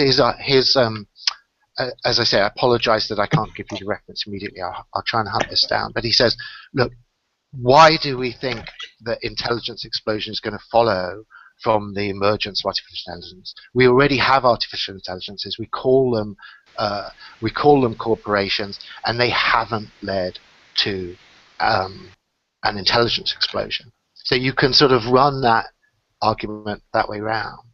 But you can also say that our business organizations are pretty young. In historical times, the sort of modern corporation emerging in stages has undergone a huge sort of series of evolutionary transformations over just a couple of centuries. And so we're in a time slice of this now. I think it's like the the analogies just escaped me before we were just talking about, when I was talking about the business cycle, and you take a slice at a certain time and you say, oh, this is what we're talking about. But if you see the corporations as an evolutionary entity, and what we're seeing now is just the current stage of some evolutionary process.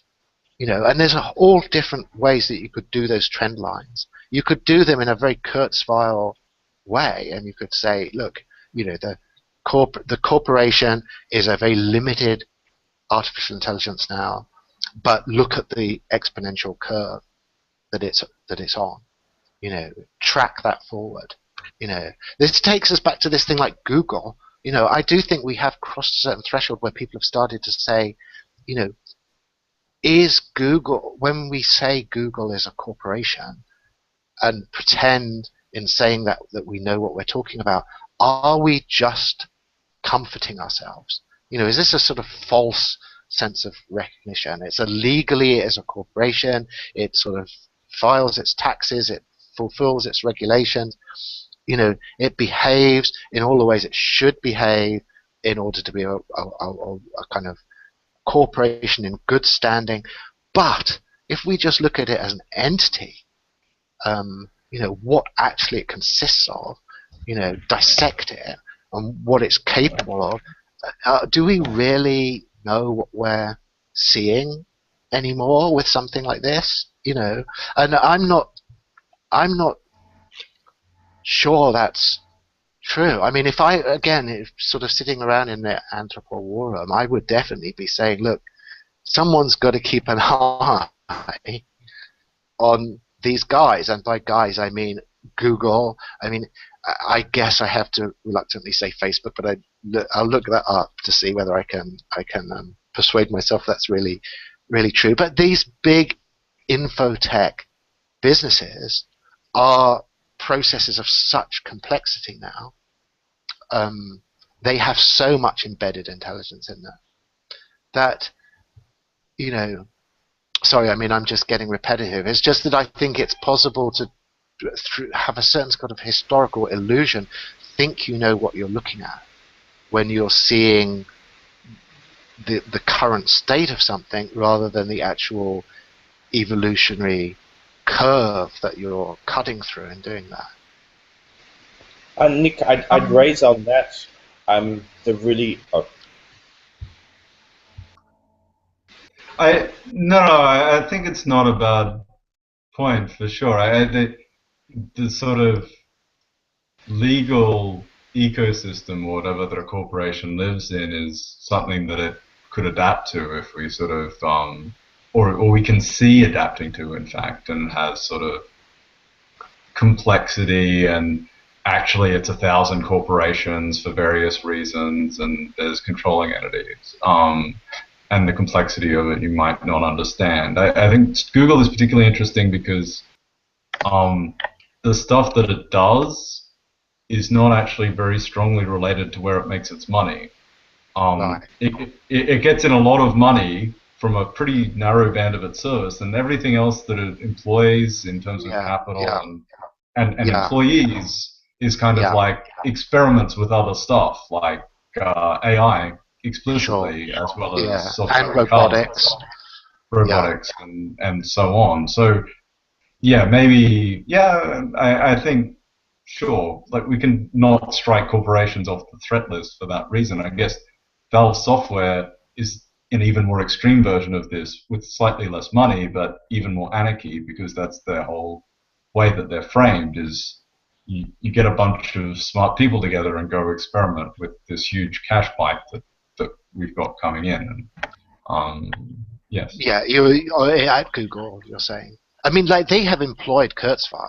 There's this actual sort of reflexive thing here where whatever you think they are as an evolutionary entity has become self-reflexive. Like, it's actually thinking internally about singularity, about artificial intelligence, about these kind of quite, to get back into this theological language, these eschatological understandings of what technology is about have actually become part of its internal corporate operating system, and so you go and let's get the most apocalyptic AI guru on the planet and bring him inside our company to make sure that we're not missing out on that kind of vim, on our internal dynamic. So I think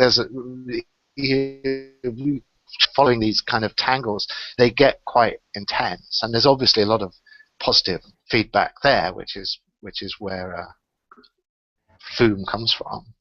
Mm. I mean, even just the fact that Google ends up just supporting people to do this thing. I mean, I'm sure there's a lot of people who just simply get a Google paycheck, and their only real brief is just do what you can to trigger singularity, guys. And every month you've got your Google paycheck coming in, and see how far you can push it. I'm totally sure Kurzweil wouldn't be there if it wasn't that he had that kind of latitude. I'm totally sure that there's no paranoid Anthropol directives being slapped on people in that kind of environment right now.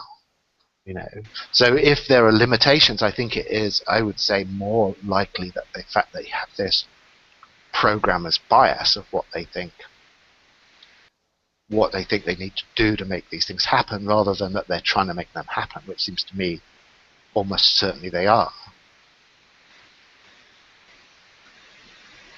I mean, I don't know, maybe that's a more controversial point than I thought. I mean, does anyone here think that there are substantial constituencies in Google who think that we should be cautious about putting our foot down too hard on the pedal as far as kind of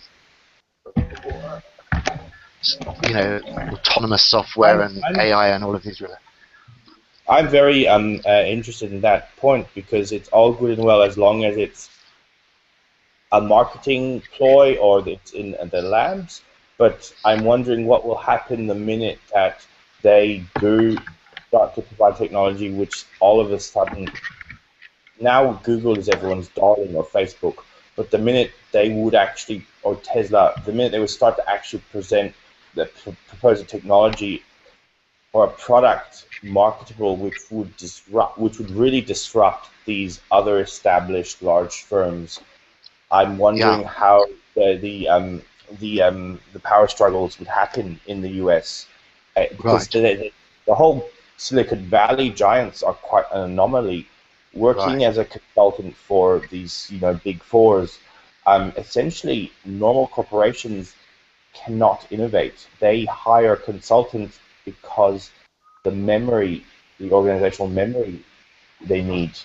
So these KPMG people are essentially just hired for their knowledge banks. And Google instead has done something quite strange. What you're mentioning, they get money with ads, but they have all these other ambitions. So it's going to be interesting if and when it actually starts to really impact.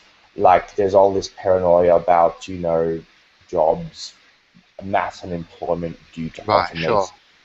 I mean, isn't Uber a kind of test run? The kind of social controversy about Uber. I mean, isn't it exactly on the lines you're saying, really? Where it is, yeah, to an extent, though. But Uber nonetheless still requires human drivers to drive. So a taxi driver still has to drive. They are partnering with Tesla now to do automatic cars. They've invested to do automatic cars. However, again, it would be, when will this actually come to fruition? And seen how difficult it is to actually create the massively complex maps, the GIS technology to map all the road signs in order to make automation possible. Right. Yeah. So I'm all for it. It will be really interesting to see when it starts to really impact the politician status quo. I'm thinking of your the one you said suspended animation, when it starts to really impact and cause that real creative destruction. What will happen then?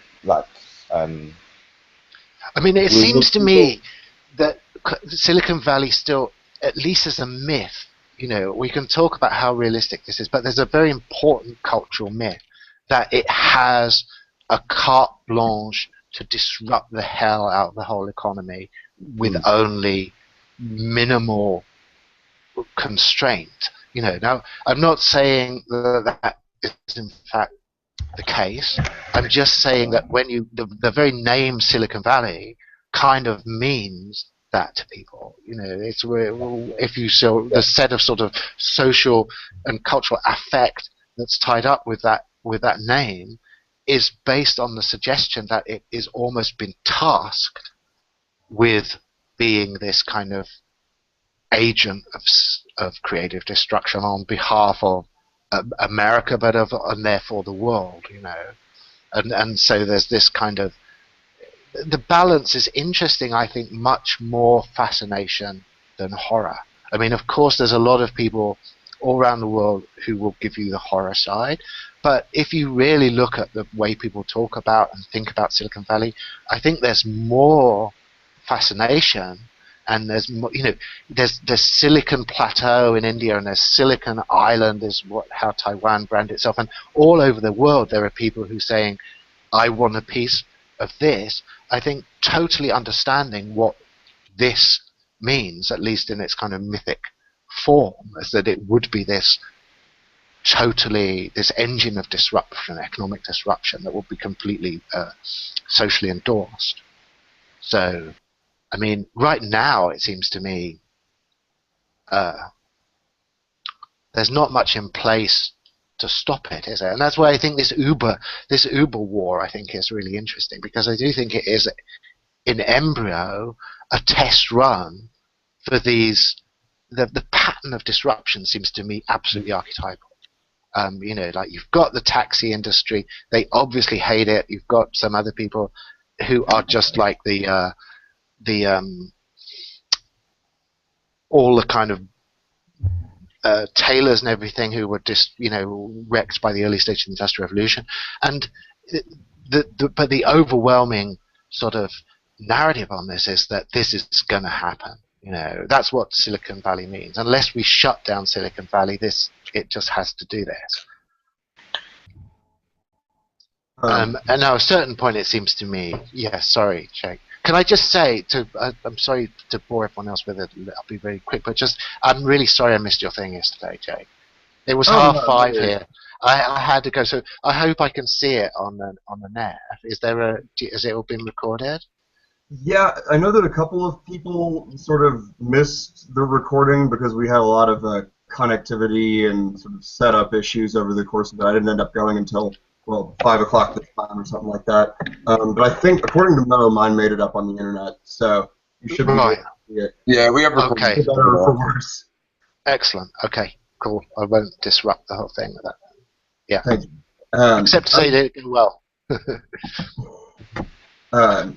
I'm just going to say, as far as regards like the sort of horror fascination tip over point in Google, there's another issue that's maybe problematic for them. If we take pretty seriously, which I do, that the sort of starting from a seed kernel of self and trying to literally program in the routines of intelligence is misguided, and trying to prompt an emergent move towards intelligence would be their actual way to go.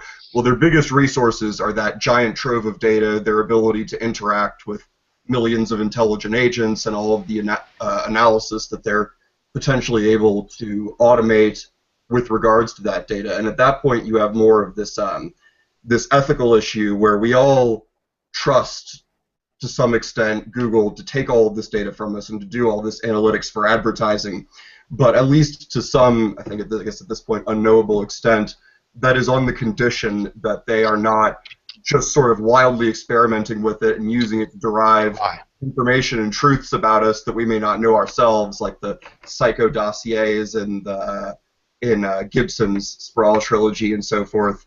And then maybe, there was not much outcry when Facebook announced that they had done a minor experiment manipulating. Yeah. But if you started doing that on a big scale, which to me would seem to be the fastest way for Google to wake up, I don't know, if they kept it very quiet, that would pose an obstacle. Yeah. Yes, it's interesting. It's interesting about that. I mean, people. I guess it's just because it's, talking about this as a threat scenario, it's so outside human sort of evolutionary expectations, isn't it? Like, we've adapted to a threat is some guy with a big stick in his hand approaching you at high speed, or some fanged animal coming at you out of a bush. It's, to talk about these kind of information or envelopment issues as being a real threat that can trigger some kind of visceral response is something that we're just not built for. So it requires cranking people up to quite a high level of abstraction just to communicate what is being meant by this as a menace that should be taken seriously, isn't it? Yeah, and it's kind of interesting that it seems like if we're talking about like on a visceral level, being able to react to semiological threats as a threat, to sort of intelligent manipulation as a threat, it seems like the sort of online ideological everyday warfighting communities, whether it's on the right or the left, seem to be, at least in my experience, the ones who are most likely to see something, class it as a semiological threat to their commitment to their ideology, their trauma, or whatever it is, and sort of evaluate things that way. It seems like an interesting artifact of adaptation to Twitter and to these ideological debates. Yeah.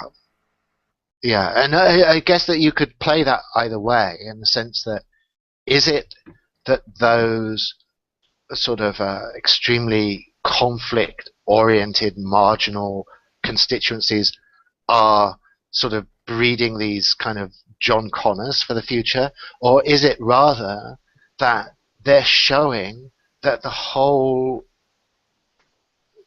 capacity for threat response is a kind of a manipulable a sport type activity, a kind of tribal conflict that once you're analyzing it at the appropriate level is absolutely non-threatening.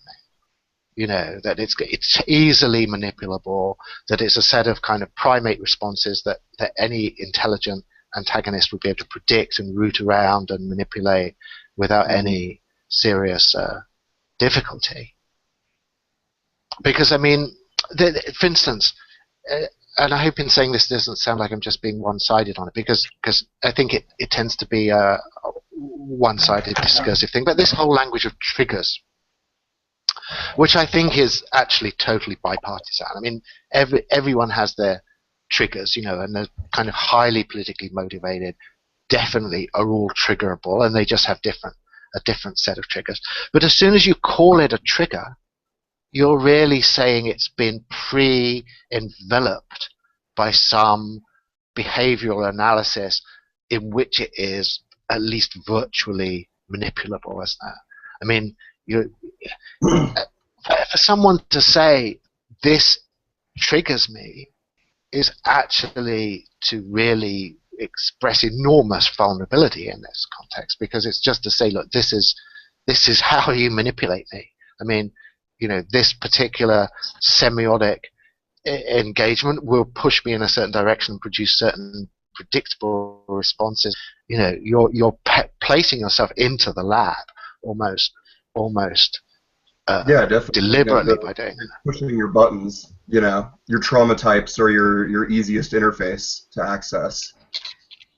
And it's interesting that I don't know, this makes me think of the Innocence of Muslims video.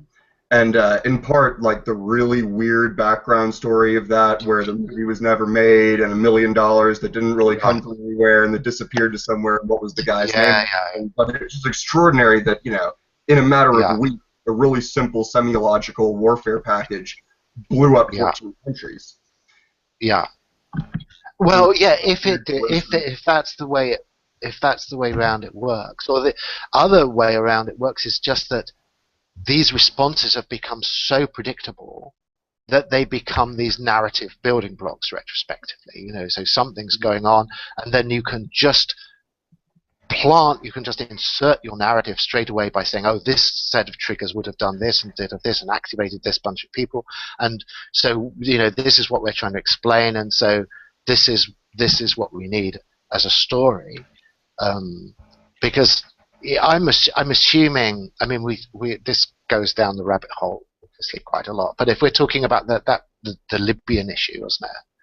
Where Mhm. I think retrospectively people know was whatever was going on there was a piece of complex geopolitics. It wasn't a overexcited protest response to one of these cultural triggers. Certainly in the In short Benghazi term. specifically, yeah, that definitely seems to have been the case. So that definitely seems to be some kind of retrospective narrativization of something that's just convenient, and everyone will believe it. And because these triggers work, in both directions, everyone gets triggered to a point of irrationality, and no one can see what is actually being done there. Yeah. Which would kind of lead back into that issue of unethical experimentation as well, because the way to get better at that, to test this and to turn it into an actual, non-ex post science would be to, experiment on people deliberately. Totally. Now, I mean, it's like interesting. Is it really imaginable that isn't happening? I mean, sorry, let's just me put my tinfoil hat on for 1 minute here and just look at a company like Twitter. Now you look what they're sitting on in terms of this behavioral information. They've got this mass of squabbles happening. Trillions of bytes of data every day about what is triggering who and upsetting who and causing certain process of factionalization and alliance, and they get protests coming in saying that people should be banned or thrown off the network. I mean, this is a massive amount of data about human political behavior and manipulability. Now, is it really that no one is seeing that as a kind of resource? I mean, we know, from these other cases we've been talking about, the whole Facebook thing and everyone, that, of course, people, when this data is there's someone who says, hey, look what we've got here. We've got to systematize that and use it and try and evaluate it and monetize it. I mean, it's hard for me to believe that you could have that and simply innocently have the attitude, we don't know what's going on here and we don't care. Someone would have to be exploiting it. The incentives are so huge that even if it wasn't something sanctioned by the ultimate corporate entity, that you just have to assume that it was going on. Yeah. I mean, it is probably difficult to monetize these states of extreme irritation, isn't it? And experiences of persecution and I suppose certain sort of negative, the reliable systematic production of negative affect is probably an interesting commercial challenge. Like, if you had all that information, how would you try and make money out of it? You could try selling people safe spaces of various kinds and then prod them into them by driving them round the bend with various high intensity triggers. I don't know. Well, I mean, and this is more than a little bit callous, but I would assume that the recent tragedy in Oregon is going to drive gun sales up. So if you were a particularly practically minded person, it might have been in your interest to start buying stocks in small arm manufacturers in the United States immediately after. I mean, just sort of a vaguely right. Yeah, it's because of the predictable dynamic there. Yeah, for sure.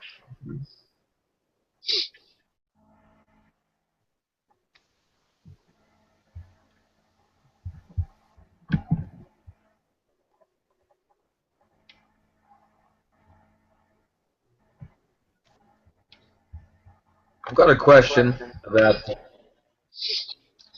what he says here in the future of human insecurity that how would a global bureau tasked with and seriously committed to the protection of human interests against a strategically competent synthetic agency formulate the problem it's dealing with? And then you say, would this problem be anything other than the challenge posed by capital to scientific socialism? Exotically restated. Right. You saying that scientific socialism is committed to the protection of human interests against strategically competent capital? Is that what you're? Yeah, I mean, this is, as I say, the sort of surreptitious political economy agenda that I sort of said I try and keep locked in a box with the rider that locking things in boxes is what the whole course is about and how difficult that is. But um, I think we're sort of actually talking about exactly this issue when we're talking about it's not reducible to the question of the corporation as an AI, but it's certainly intersected by this. Like, if you say, so okay, we're sitting around our war room here, and we say, look, what resources have we got? What are we actually drawing upon to deal with this problem? Have we come across anything like this before? That's really the question. What have we seen before that is like this, and which we can sort of therefore draw upon certain resources? And I think that is the history of capitalism and um, the responses to corporations, the responses to these catalytic, automatic, emergent processes, the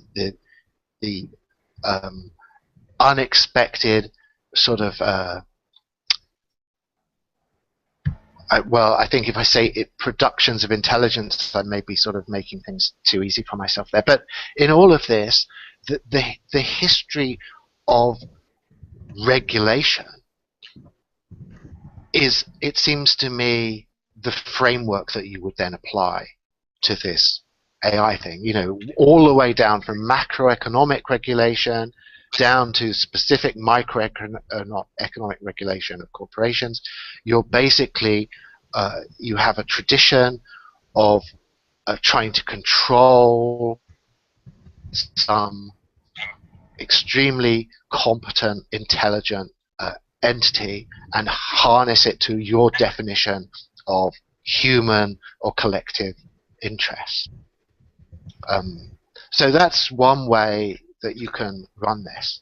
The other way, as I say, that you'd run it is to say that coming from a certain quite fundy Marxist point of view, you just say, isn't all this scare about artificial intelligence just people being freaked out by kind of ultra capitalism at its horizon of creativity and unexpected weirdness, and instead of using that vocabulary, which has been sort of ideologically discredited, it's driven into this strange Silicon Valley friendly AI vocabulary, but actually it's talking about exactly the same thing.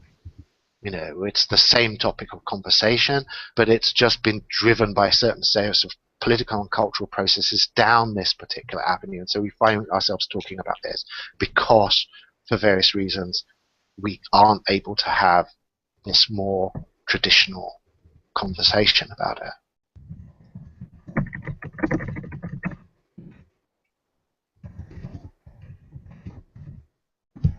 I don't know if this is a good time, but off of that, I've been thinking about some of the archetypes that you've kind of been creating for this conversation of Anthropol, like either who would be in it, who would be outside of it, what some of the arguments are, and I was wondering if, Nick, you would like to speak to the Unabomber piece that you sent us. Oh, right.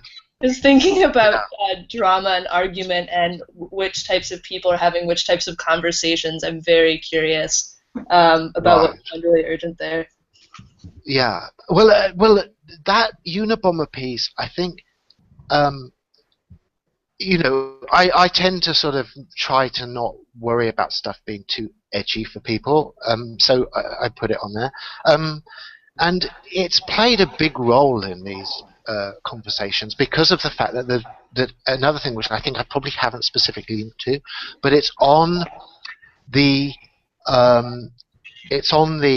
link list of, I think, the first piece that I put for this week, which is Bill Joy's very famous essay, "The Future Doesn't Need Us." And that, I think, is one of the kind of absolutely central sort of texts in this whole area. If you had an Anthropol reading list for its kind of new recruits, I'm sure that Bill Joy piece would be on it, which is to try to take these things seriously as threats and as menaces, and to basically counter what Bill Joy sees, and obviously the Unabomber sees, as a completely uncritical, naive Silicon Valley boosterism of all technological possibility. And Bill Joy himself does this kind of edgy, and I think actually I would say brave, commendable move of saying, look, you should take this Unabomber manifesto seriously. I mean, the guy's tactics are obviously absurd. I mean, I don't think anyone anywhere thinks that whatever cause he was serving actually benefited from the fact that he randomly sent some letter bombs to a few technologists. So that seems to me, people can argue, but it seems to me uncontroversial that tactically the guy was a buffoon. But in terms of his theory, it's interesting, and it's interesting because it's so highly integrated and synthetic. He's not saying, oh, there are certain technologies or certain sort of high-end possibilities of certain of these things that are a problem. He says you've got to get down to the fundamental core of industrial civilization and see that this technological process has an integrity and individuality, even a teleology, that has to be seen as a whole. You can't sort of make these piecemeal sort of criticisms of little pieces of it. You have to understand it as a fundamental unity. So that's why I put it on there. I think lots of senior Anthropol people are going to be secret Unabomber readers for sure. A kind of sympathy.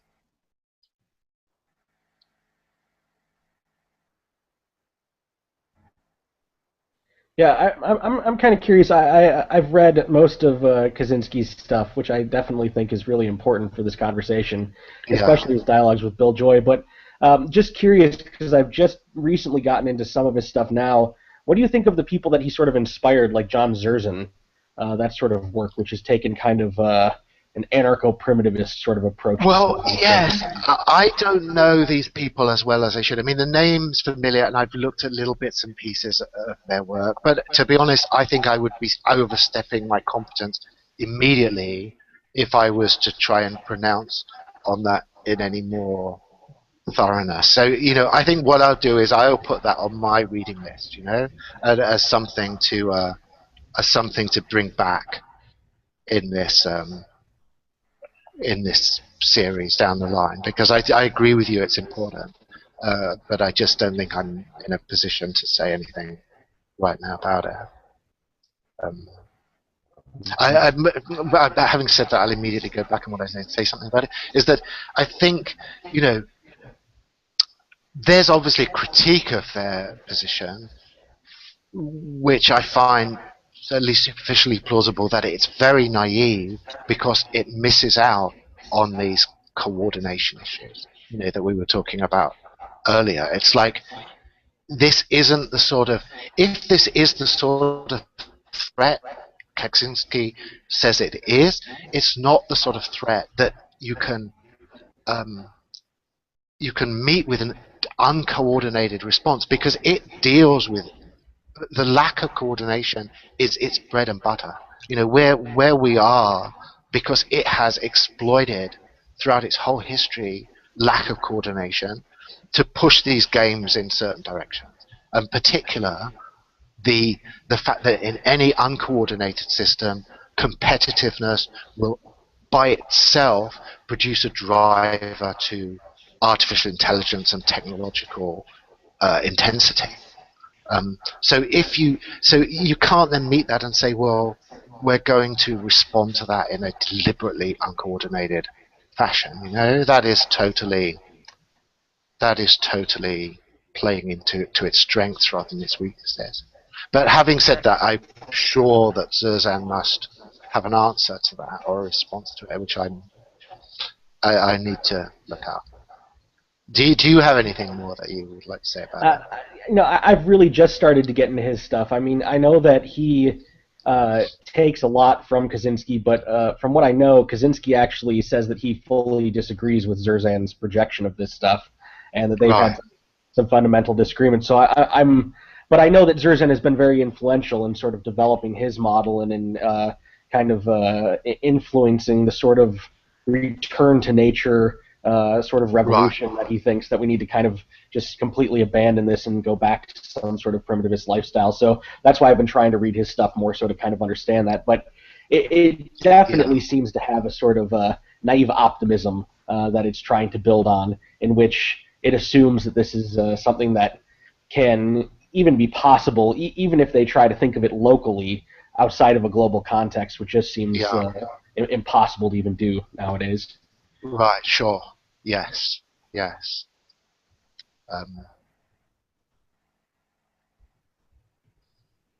No, I will definitely look at that more carefully for sure. Yeah, I think I'd be interested to know. It would surprise me if Greer and Zerzan hadn't had some sort of exchange at some point. So it'd be interesting to see what that is. Greer's position is much more optimistic in the sense that he thinks this technological infrastructure is fundamentally fragile. So he thinks that these big cyclical patterns dominate over the runaway processes, and the runaway processes are already a failure mode, that they will just overextend, become unsustainable, and collapse back. So you don't need the same kind of drama that you get with the Unabomber stuff. The Unabomber in a way is on Kurzweil's side in the sense that he thinks this stuff is winning, and it's not just going to die of its own unsustainability.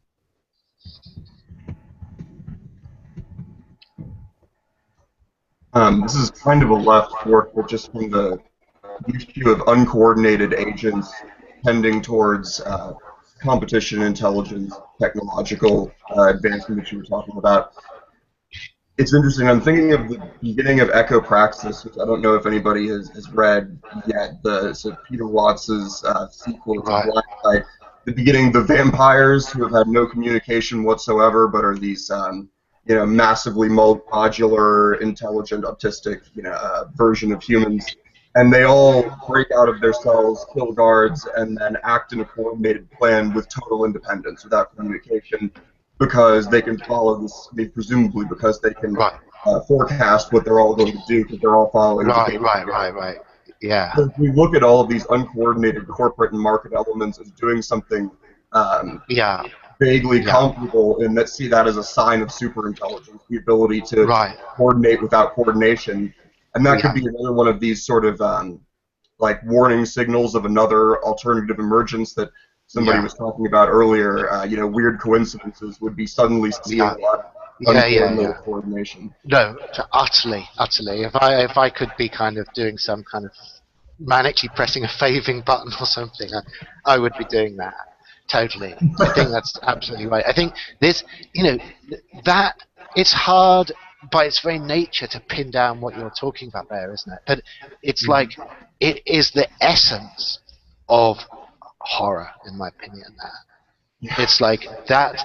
It's extremely strategically threatening because it is totally, on the surface, uncoordinated. There are no central apparatus of coordination that you can take out, keep an eye on, see as indices of the threat at all.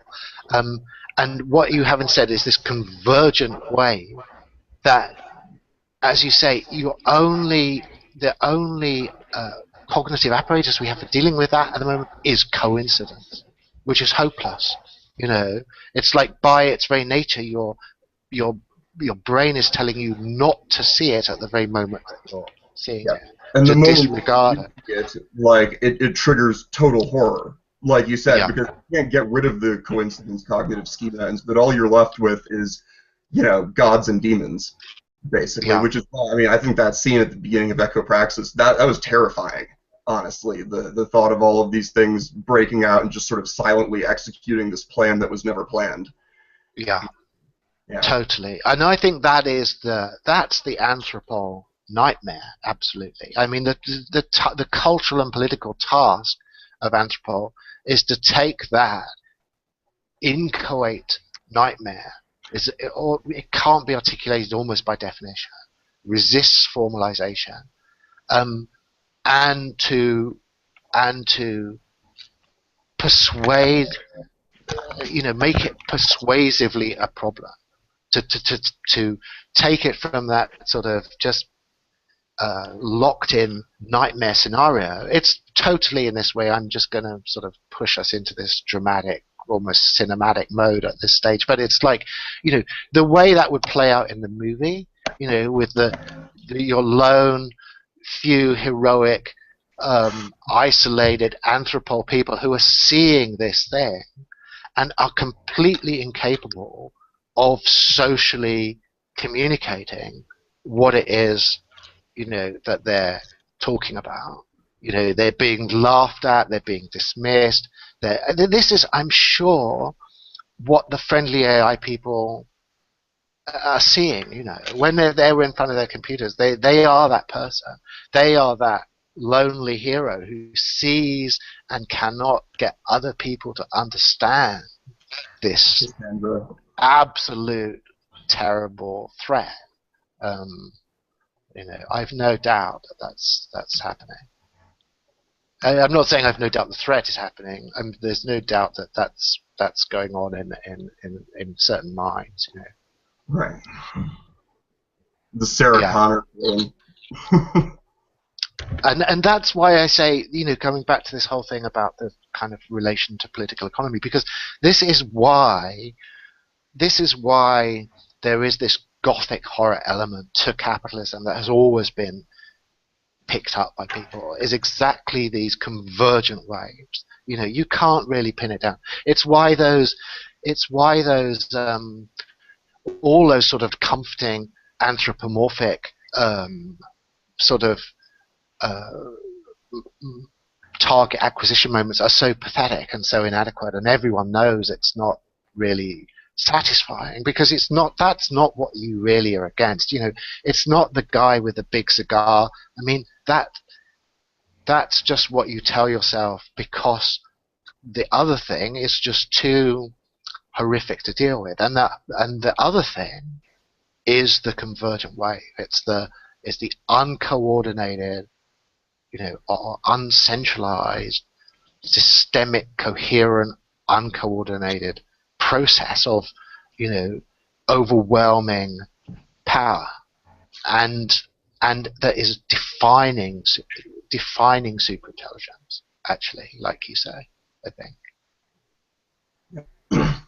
I think if that's what you're looking for, there's evidence all over the place for the emergent like collective superintelligence examples. Like once the internet is involved in things, and you're suddenly able to see like the Coney 2012 worm hit 3 million people within a few days, and kids asking their parents why they haven't been involved in this or that, haven't supported this or that politics, or things break out, get to a certain threshold in Syria, and suddenly militant groups are self-organizing themselves, right, like coming across, all of this sort of stuff. As soon as the internet is involved, you see this stuff happening like that. Yeah. That's pretty good evidence for that being possible at a purely automated or partially automated level. Definitely. Too. Yeah. And it's like if it's a game, it is that sense of just being overwhelmed in a way you don't understand, isn't it? Like everywhere things are going wrong for reasons that seem completely local and specific to that particular region. This thing you're trying to do fails, this type of thing you're trying to do fails, this fails, this fails, this fails. And they are all, there's some kind of ungraspable orchestration there that is giving you this this kind of hideous kind of intimation of this intelligence that you can't grasp. It's only the only thing that you're actually getting that is concrete, that you can put your finger on, is the fact that all these things are happening. These seemingly separate things are happening together, and they that's all it. just happen to beat your attempts to stop something. Yeah. Yeah.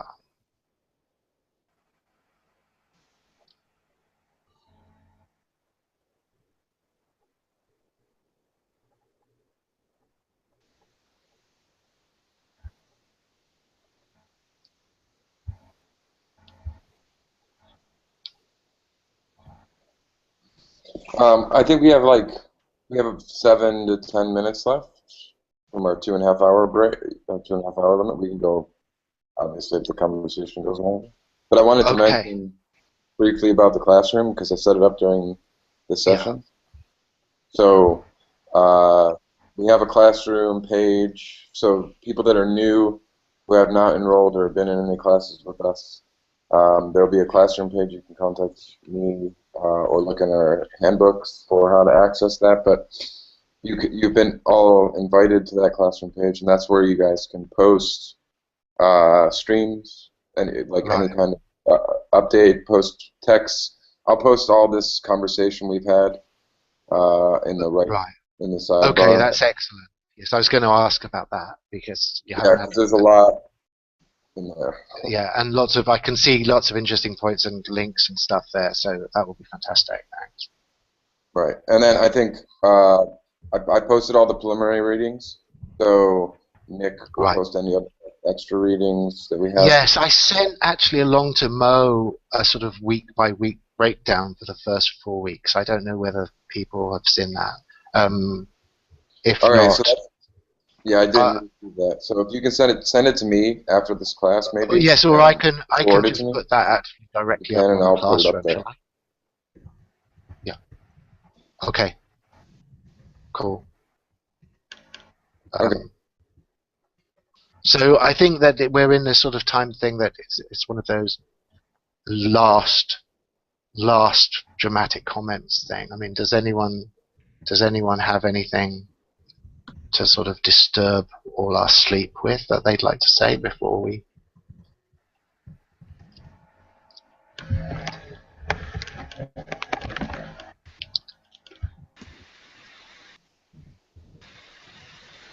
There's plenty of disturbing stuff already.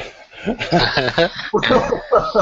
I'm sorry if I got a bit overexcited by Jake's remarks. But it's, I appreciate that that particular hideous vision a lot.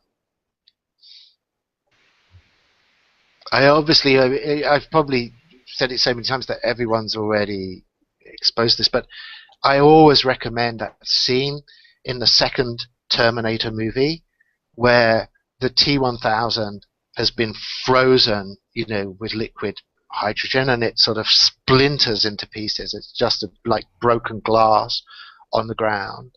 And then as it thaws out, it all sort of starts assembling together, from everywhere. I mean, this is that model of this liquid metal body is totally attuned to this. So it's not, there's no place on center or organizing thing that's grabbing itself and putting it back together. It's simultaneously from everywhere coming together.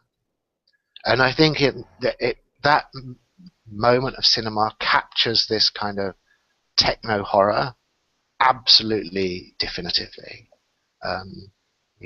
So it's a perfect convergent wave, and it's like the fact that the human brain is just designed not to cope with that. It's like we live in a world of divergent waves. You throw the pebble into the pond, the ripples go out, you're at home in the universe, everything makes sense. When the ripples come in from the edge of the pond, head towards the center, that is the horror. And those waves are, I think we can't talk about this threat without it looking abstractly like that. If it isn't behaving like a convergent wave, it's not an emergent superintelligence. it's something else.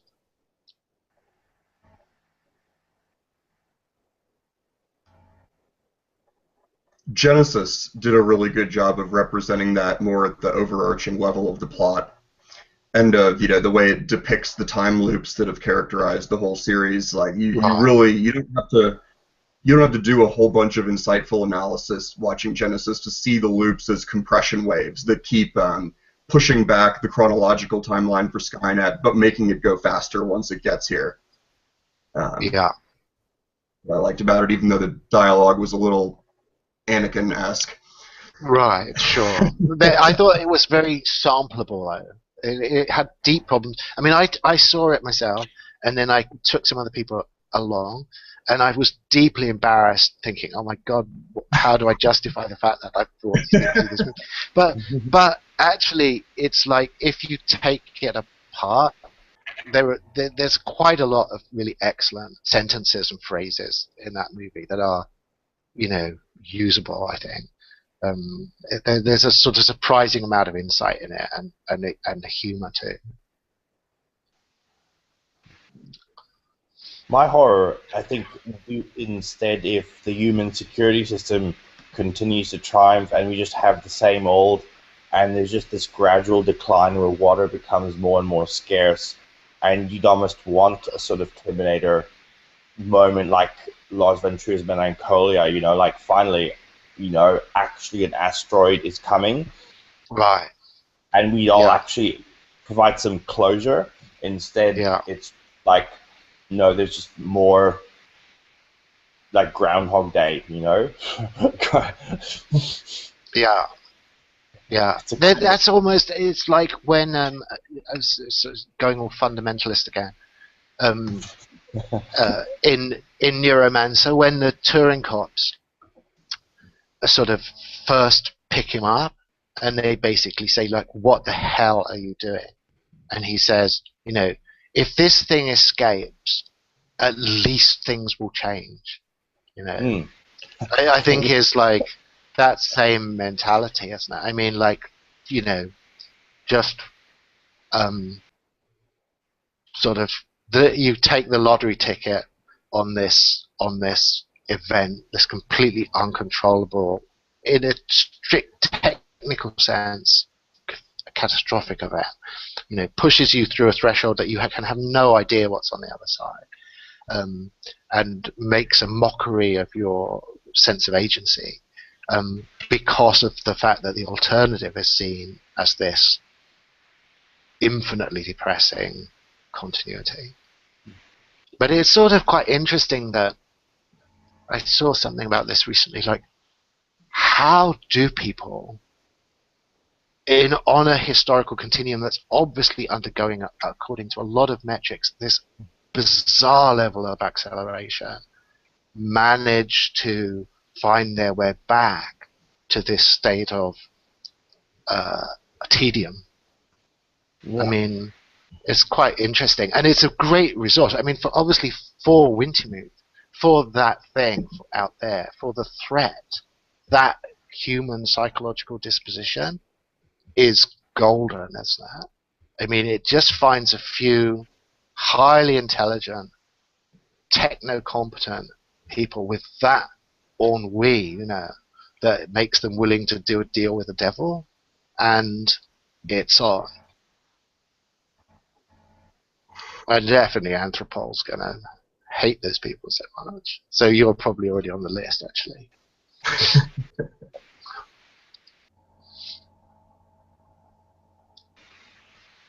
I actually entertained the possibility when I was reading the description of this that you were just this was a honeypot, that you're just collecting names of people to watch and sort of a grasp on how we're going to be thinking about doing this later. when we get to the Basilisk, which in week 4, I think we're totally in this territory, that's for sure. Yeah. There's another seminar center on the security, that should be. Yes, I noticed that, actually. Looks interesting, doesn't it? Like, problem Tony with the must know about that. Jarius Grove and Nicole Grove are doing a seminar also on security and how organization stays in this sort of beta phase. Right. Constantly prototyping. Cool.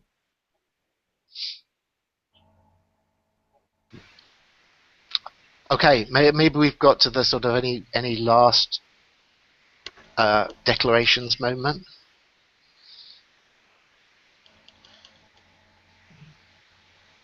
I'd like to say really, truly appreciate you guys. I think you've been fantastic. And I'm greatly looking forward to our next session. So thanks a lot. Thank you. Thank you. Thanks. Looking forward to it too. Yes. Okay, have a good week.